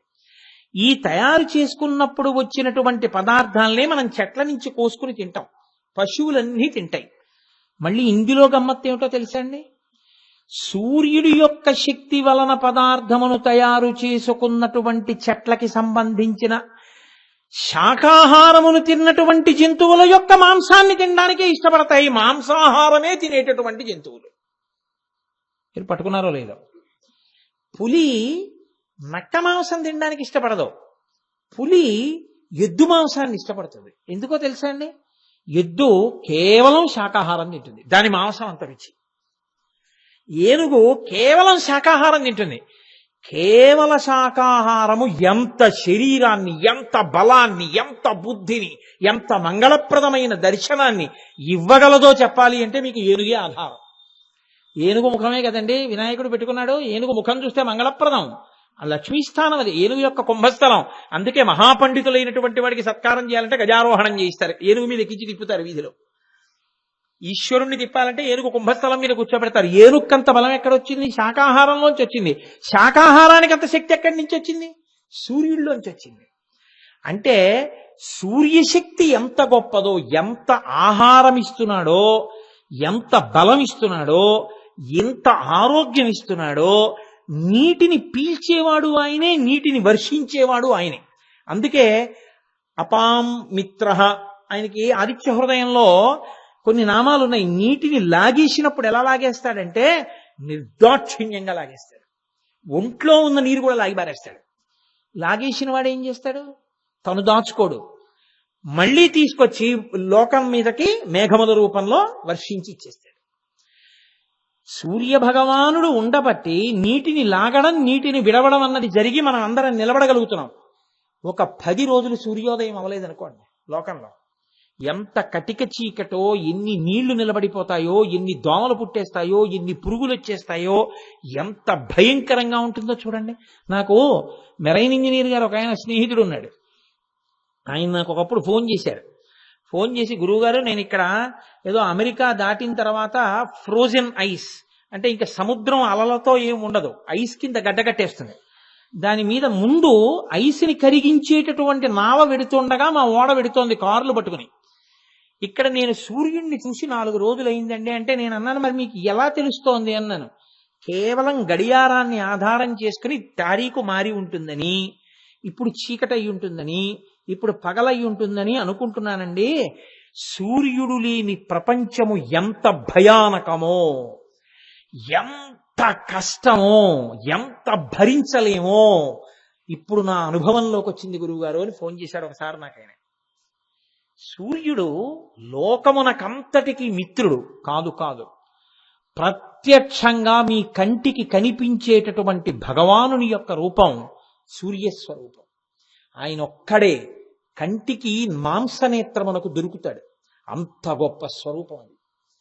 అటువంటి సూర్యుడు ఒక కన్నయ్య ఉన్నాడు అంటే ఆయన ఆ కంటితో చూస్తున్నాడు అంటే ఎంత పోషణ చేస్తున్నాడో చూడండి. కాదు, సమస్త ప్రాణులు తను శరీరం ఇచ్చినవి శరీరంతో ఏం చేస్తున్నాయో, మనసుతో ఏం చేస్తున్నాయో కూడా ఆయన ఈ కంటితో చూస్తూనే ఉంటాడు. సూర్యకిరణం పడదండి ఎక్కడండి? అన్ని చోట్ల పడుతుందిగా. ఎక్కడ ఉన్నా ఆయన గమనించగలడు. రెండవ కన్ను చంద్రుడు. ఇప్పుడు ఈ చంద్రుడన్న కన్నుతో ఏం చేస్తుంటాడో తెలుసా అండి? సమస్త జీవుల యొక్క సంఘాతమును చంద్రుడిగా స్వీకరించాడు ఆయన. మీరు వరాహ పురాణం జరిగితే వరాహ పురాణం 35వ అధ్యాయం కావాలంటే మీరు వెళ్ళి చూడొచ్చు. అందులో చతుర్ముఖ బ్రహ్మగారు ఒక మాట చెప్తారు. దేహిని, ఈ శరీరాల్లో ఉండేటటువంటి జీవులందరినీ కలిపి ఒక సంఘాతముగా మారిస్తే, జీవుడంటే ఇవాళ ఈ శరీరంలో ఉన్నవాడు కాడు. ఈ శరీరం పడిపోయిన తర్వాత ఇంకో శరీరంలో పెడతాడు. యాతనంతా జీవుడిదే. ఆ జీవులందరినీ కలిపి ఒక చోట ముద్ద చేస్తే అదే చంద్రుడు. అంటే ఇప్పుడు సమస్త భూతములలో ఉన్న జీవస్వరూపమును చూడగలిగినటువంటి రూపముగా ఆయన కన్నును ధరించి ఉంటాడు. కాదు, ఈ కంటితో తపింప చేస్తే ఈ కంటితో చల్లతనాన్ని ఇస్తాడు. పెట్టిన ఆయనే, కొట్టిన ఆయనే, దక్షయజ్ఞంలో వీపులు పగలగొట్టిన ఆయనే, హాలాహలం తరువుకొచ్చిందని ఏడిస్తే పుచ్చుకుని రక్షించిన ఆయనే. లోకానికి తల్లి తండ్రి వాళ్ళిద్దరే అని నిరూపించడం సూర్యచంద్రులు ఆయన యొక్క నేత్రములు. కాదు, చంద్రుడు ఓషధులనన్నింటినీ కూడా ప్రేరేపిస్తాడు, జలములకు అమృతత్వం ఇస్తాడు. అందుకే తెల్లవారుజామున స్నానం చేయండి నీటిలో అని ఎందుకంటారో తెలుసా అండి? రాత్రి వెన్నెల విశేషంగా పడుతుంది నీటి మీద. అమృత కిరణుడు చంద్రుడు. ఆ అమృతం అంతా కూడా కిరణ రూపంలో నీటి యందు ప్రవేశిస్తుంది. తెల్లవారుజామునే వెళ్ళి నదీ స్నానం చేస్తే ఆ అమృత శక్తి శరీరంలోకి ప్రవేశిస్తుంది. అందుకే శ్రావణ మాసంలో నదీ స్నానం చేస్తే పాపం చెయ్యొద్దంటారు. ఎందుకో తెలుసా అండి? శ్రావణ మాసం వర్షాలు పడతాయి. వర్షాలు పడ్డప్పుడు నది పైన ఎక్కడ వరద వచ్చి ఏ పుట్టల మీదకి వెళ్ళిందో, ఏ తోటలోకి వెళ్ళిందో, ఏ ఇళ్ళు ముంచుకొచ్చుతోందో మీకు తెలియదు చీకట్లో. తెల్లవారుజామున మీరు స్నానానికి వెళ్ళారనుకోండి, ఆ పుట్టలు కొట్టు వేసుకొచ్చేస్తున్నప్పుడు పెద్ద పెద్ద త్రాచుపాములు అవి నీటిలో వస్తుంటాయి. మీరు స్నానం చేయబోతే అవి కరిచే అవకాశం ఉంటుంది. కాబట్టి శ్రావణ మాసంలో నదీ స్నానము చేయవద్దు. ప్రత్యేకించి నదీ స్నానం ఎప్పుడు చేస్తారంటే కార్తీకంలో చేస్తారు. ఎందుకనంటే ప్రౌఢమైన వెన్నెల ఉంటుంది. ఆశ్వీజ మాసం అంతా పరిణిత చంద్రుడు, కార్తీకం అసలు వెన్నెల పట్టు, అంత గొప్పగా ఉంటుంది లోకం. నాగుల చవితి నుంచి చలి తిరుగుతుంది, రలసప్తమికి వెళ్ళిపోతుంది. కాబట్టి ఇప్పుడు హిమకెరహ అంటుంటారు శంకరాచార్యులు వారు. ఎప్పుడు చంద్రుణ్ణి చల్లటి కిరణములతో అమృతాన్ని వదులుతాడు, చేతులతో ముట్టుకుంటాడు ఆ నీళ్ళని. కిరణములు అంటే కరములు, స్పృశిస్తాడు. ఇప్పుడు నీటి యందు అమృత శక్తి వస్తుంది. ఆ నీటినంతటినీ మనం ఆ నీటిలో స్నానం చేస్తే మనకి రోగ నివారణ చేసుకోగలిగినటువంటి శక్తి కలుగుతుంది. సూర్య భగవానుడు, చంద్ర భగవానుడు ఇద్దరూ ఆ శక్తి కలిగిన వాళ్ళు. ఒక యథార్థమైన సంఘటన జరిగిందండి. ఒకప్పుడు సర్వమంగళ శాస్త్రి గారని మహావిద్వాంసుడైన ఆయన ఒరిస్సా పూరి జగన్నాథ క్షేత్రానికి వెళ్ళారు. వెళ్ళి అక్కడ రావ్యాకులో జగన్నాథ స్వామి వారి పాయస ప్రసాదం పెట్టుకుని ఆయన నాలుకతో నాకి తింటున్నారు. తింటుంటే ఒక ఓఢ్ర పండితుడు ఒక ఆయన అక్కడికి వచ్చి అన్నాడు, ఏమయ్యా, స్వామి వటపత్రశాయి రావ్యాకు మీద పడుకుంటాడు, అటువంటి ఆకులో ప్రసాదం వేసుకుని నాలుగుతో నాకి తింటున్నావే, ఎంగిలి చేస్తున్నావే, తప్పు కాదా అన్నాడు. అంటే ఈయనకి కోపం వచ్చి ఈయన అన్నారు, నేను స్వామి పడుకునేటటువంటి ఒక ఆకునే నాకుతున్నాను, మీరు స్వామివారి అవతారాన్ని తినేస్తారే అన్నాడు. ఎందుకని అంటే ఓఢ్ర దేశంలో చేపని జలపుష్పం అని పిలిచి అది శాకాహారమే అని వాళ్ళు చేపలు తింటారు, మరి మత్స్యావతారాన్ని అంతటి తినేస్తున్నావు అని ఆయన తిప్పి పొడిచారు. ఆయనకి కొంచెం మంత్రశక్తి ఉన్నవాడు వచ్చిన ఆయన అన్నాడు, నీ కంటి చూపు పోతుందని. ఆయన కంటి చూపు పోయి ఆయన వెంటనే సూర్య భగవాను ఉద్దేశించి స్తోత్రం చేశారు. మహావిద్వాంసుడు కనుక, ఈశ్వరా నువ్వు జగత్తుకి చక్షువువి, నీవే పెద్ద కన్ను, నీవు నాకు కన్నివ్వలేవా అని. ఆయనకి కళ్ళు వచ్చి యథార్థంగా జరిగిందండి. ఆంధ్రదేశంలో విద్వాంసుడైన. కాబట్టి ఆరోగ్యం భాస్కరాదిచ్చేత్, ఆదిత్య హృదయాన్ని రక్షగా పెట్టుకుని బతుకుతున్న వాళ్ళు ఎంతమంది ఉన్నారో ఈ లోకంలో. అలాగే చంద్రుడు అమృత కిరణుడు. ఇంకా మూడవ నేత్రము అగ్ని. అగ్ని అన్న పేరు ఎందుకు వచ్చిందో తెలుసా అండి? వరాహ పురాణంలో ఈ మూడింటికి సంబంధించినటువంటి గొప్ప గొప్ప విశేషాలన్నీ మీకు కనపడతాయి. అగ్నిహోత్రానికి అగ్ని అని పేరు రావడానికి అఘస్ నిస్ కలిస్తే అగ్ని. అఘస్ అంటే పాపం, నిస్ అంటే తీసేయడం. పాపమును తీయగలిగినటువంటి శక్తి దేని ఎందుందో దానికి అగ్ని అని పేరు. ఆయన మూడవ కన్ను అగ్ని అంటే అర్థం ఏమిటో తెలుసా అండి? పాపమునకు పర్యాయ పదమే పుణ్యము. కొంచెం జాగ్రత్తగా పట్టుకోవాలి సుమా మీరు. నాకు పుణ్యం ఉందనుకోండి, నేను శరీరం తీసుకోవాలి, ఎందుకంటే ఆ పుణ్యానుభవం అనుభవించేయాలి. ఏ ఐశ్వర్యం వస్తుంది, లేకపోతే ఏదో అధికారం వస్తుంది, దాన్ని అనుభవించేయాలి, కాబట్టి శరీరం ఉండాలి. పాపం ఉంది, అనుభవించేయడానికి శరీరం కావాలి దుఃఖంగా. పాపమైనా పుణ్యమైనా శరీరాన్ని ఇస్తాయి. పాపము పుణ్యము ఏమీ లేకుండా పోతే ఇంక శరీరం రాదు, మోక్షం వస్తుంది. ఇప్పుడు ఈ అగ్ని కాలుస్తుంది. దేన్ని కాలుస్తుందో తెలుసా అండి? పాపమును కాల్చేస్తుంది. అంటే ఎవరు శివుణ్ణి ఆరాధన చేస్తారో ఆయన మూడవ కంటి మంట చేత ఏం చేస్తాడంటే వాడికి పాపపుణ్యములు లేకుండా చేసేస్తాడు, దహించేస్తాడు. కాబట్టి వాడి ప్రాణోత్క్రమణ సమయమునందు వాడు ఈశ్వరనామం చెప్తూ వెళ్ళిపోతాడు. ఇప్పుడు ఈ జీవుడికి పాపం లేదు, పుణ్యం లేదు, ఇంకెందుకు మళ్ళీ రావడం? మోక్షం ఇస్తాడు. కాబట్టి అగస్నిస్ ఆయన పాపమును దహించగలిగినటువంటి జ్ఞానమియ్యగలిగినటువంటి నేత్రం, జ్ఞాననేత్రం అగ్నిహోత్రం కాదు.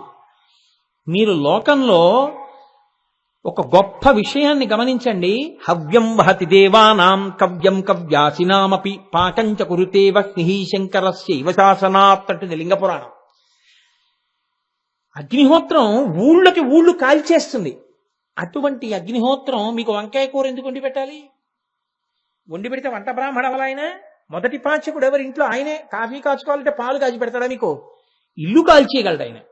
అటువంటి వాడు మీకు కాఫీ ఎందుకు కాస్తున్నాడు, పాలు ఎందుకు కాస్తున్నాడు, వంట ఎందుకు చేస్తున్నాడు?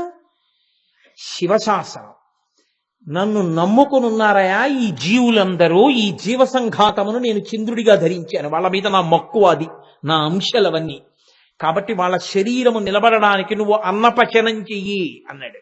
అందుకని వంట చేయడానికి ఆయన అగ్నిహోత్రుడు నిలబడి మనకి పాకం చేస్తాడంటే ఉడికిస్తాడు పదార్థాలు.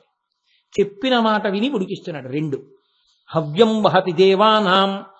మనకి వర్షాలు కావాలి, మనకి ఈశ్వరానుగ్రహం కావాలి, యజ్ఞం చేస్తాం. ఏదో పరమేశ్వరాయ ఇదం నమమ అంటూ పరమేశ్వర స్వాహ అంటూ హవిస్సు వేశారు. ఇప్పుడు ఇది ఎవరు పట్టుకెళ్ళాలి? హవ్యవాహనుడై అగ్నిహోత్రుడు పట్టుకెళ్ళాలి. పితృదేవతలు ఉన్నారు, వాళ్ళకి శ్రాద్ధం పెట్టాలి, వాళ్ళకి పిండం పెట్టాలి, వాళ్ళ పేరు మీద ఏదో ఇవ్వాలి. ఎవరు పట్టుకెడతారు? అగ్నిహోత్రుడే పట్టుకెడతాడు. కాబట్టి దేవతా కార్యము చెయ్యాలన్నా, మీ శరీరము నిలబడాలన్నా, పితృదేవతా కార్యం చెయ్యాలన్నా అగ్నిహోత్రుడి యొక్క ఉపకారం లేకుండా మనుష్యుడుగా మీరు ఈ కర్తవ్యములను నిర్వహించలేరు. అసలు శరీరం నిలబడదు, నాలుక ఉన్నా ఉపయోగం లేదు. మీరు ఎలా పచనం చేసుకు తింటారు అగ్నిహోత్రం లేకపోతే? కాదు. ఇంకొక పెద్ద రహస్యం ఏమిటో తెలుసా అండి? తను నపా అంటారు. అంటే ప్రతి శరీరము నిలబడి బ్రతికున్నది, భవతి అంటారు సంస్కృతంలో, ఉన్నది. అది అలా ఉండాలి అంటే దానికి ఉండవలసిన వేడిని నిర్ణయిస్తారు. ఇప్పుడు మనుష్య శరీరాలన్నీ ఉన్నాయనుకోండి, దీనికి ఏదో ఉంది 98.4 ఏదో, నేను కరెక్ట్గా చెప్తే ఫారిన్ హీట్ డిగ్రీస్ అని, అంత వేడి ఉండాలి. ఓ 2 డిగ్రీలు తగ్గిపోయింది అనుకోండి, అరికాళ్ళు మర్దన చేయాలి. ఓ 2 డిగ్రీలు ఎక్కువైంది అనుకోండి, కళ్ళు వేడెక్కిపోయి మంటలు వచ్చేసి తల బద్దలైపోయి దుప్పటి కప్పు పడుకుంటాడు. 2 డిగ్రీలు పెరగకుండా 2 డిగ్రీలు తరగకుండా ఎప్పుడూ ఆ వేడిని ఉంచి, బయట విపరీతమైన వేడిగా ఉంటే నీళ్లు తాగించి ఆ వేడి ఉండేటట్టు, బయట చల్లగా ఉంటే ఎక్కువ నీళ్లు తాగకుండానే మీరు అంటే ఇలా పొగొస్తుంది శీతాకాలంలో, అంత వేడి మళ్ళీ లోపల ఉండేటట్టు చీసి శరీరములను నిలబెడుతున్న వాడెవరో వాడే శివుడు. ఆయనే మూడవ కంటి ద్వారా నిలబెడతాడు ఆ వేడిని. ఆ వేడి ఆయన తీసేశాడనుకోండి, అంతే, ఆ ప్రాణం వెళ్ళిపోతుంది. శివము శవమైపోతుంది. కాబట్టి ఇప్పుడు సమస్త ప్రాణులు, ఓ బొద్దింకకుండవలసినంత వేడి, ఓ పిల్లికుండవలసినంత వేడి, ఎలకకుండవలసినంత వేడి, మనిషికుండవలసినంత వేడి, పులికుండవలసినంత వేడి ఎవరు పెడుతున్నారు? మీరా, నేనా? మన ఒంట్లో అంతే వేడి ఉండేటట్టుగా చూస్తున్న వాడెవరో ఆయనే. మీరు చూడండి, అంత ఎండలో తిరుగుతాం, ఇది పడిపోకుండా కాపాడి ఇందులో మాత్రం అంతే వేడి ఉంచిన వాడే శివుడు. ఆయనే మూడవ కంటి చేత లోకమునందు అంత వేడినే ఉంచుతుంటాడు. ఆ వేడితో మీరు అన్నం తినడానికి కావలసిన పచనమునకు అగ్నిహోత్రాన్ని నిలబెడతాడు. ఆ అగ్నిహోత్రంతో మీరు దేవతలకి యజ్ఞం ఇచ్చేస్తే హవిస్సు వెళ్ళేటట్టు చూస్తాడు. ఆ అగ్నిహోత్రంతో మీరు దక్షిణ ఇచ్చినప్పుడు దానిలో ఉన్న భాగాన్ని దేవతలకిచ్చి దక్షిణాగ్ని అవుతాడు, గార్హపత్యాగ్ని అవుతాడు. ఆయనే ఆ తర్వాత వైశ్వానరాగ్ని అవుతాడు. ఆయనే లోపల అగ్నిహోత్రంగా ఉండి మీరు తిన్నవన్నీ కాల్చి పచనం చేసి శక్తిగా మార్చి శరీరంలోకి పెట్టి పిప్పిని బయటకు వదులుతాడు. ఇన్ని చేసేటటువంటి రూపమే శివుని యొక్క మూడవ కన్ను. ఇప్పుడు నాకు చెప్పండి, సూర్య చంద్ర అగ్ని ఈ మూడు దేనికి ప్రతీకలు? సూర్యుడు కాంతికి, చంద్రుడు జీవితానికి, అగ్ని సుఖానికి, అంటే మనం నిలబడడానికి. లైట్, లైఫ్ అండ్ హీట్ అంటారు. ఈ మూడింటికి కూడా ప్రతీకలే ఆయన యొక్క మూడు కన్నులు. లలాటాక్ష, ఆ కన్నుతోటే పాపములను కాల్చేస్తాడు, ఆ కన్నుతోటే అజ్ఞాన దాహకత్వం చేస్తాడు. ఇన్ని చెయ్యగలిగిన వాడు కాబట్టే శివుడంటే నువ్వు అనుకున్నవాడు కాదురా. అగ్నిముఖంబు పరాపరాత్మకమాత్మ కాలంబు గతి రత్నగర్భ పదము శ్వశనంబు నీ యూర్పు రసన జలేషుండు దిశలు కర్ణంబులు దివము నాభి సూర్యుండు కన్నులు శుక్లంబు సలిలంబు జఠరంబు జలదులు చెదలు శిరము సర్వౌషధులు రోమచయము శల్యంబు లద్రులు మానసమృతకరుండు చందములు ధాతువులు ధర్మసమితి హృదయము ఆస్య పంచకముపనిషద ఆహ్వయంబు అయిన నీరూపు సదసత్వమై శివాఖ్యై స్వయం జ్యోతి అయి ఒప్పు ఆజ్యమగుచు అన్నారు పోతన గారు భాగవతంలో. అటువంటి గొప్ప స్వరూపాన్ని కీర్తిస్తే ఆ మహానుభావుడే మనకి విరూపాక్ష.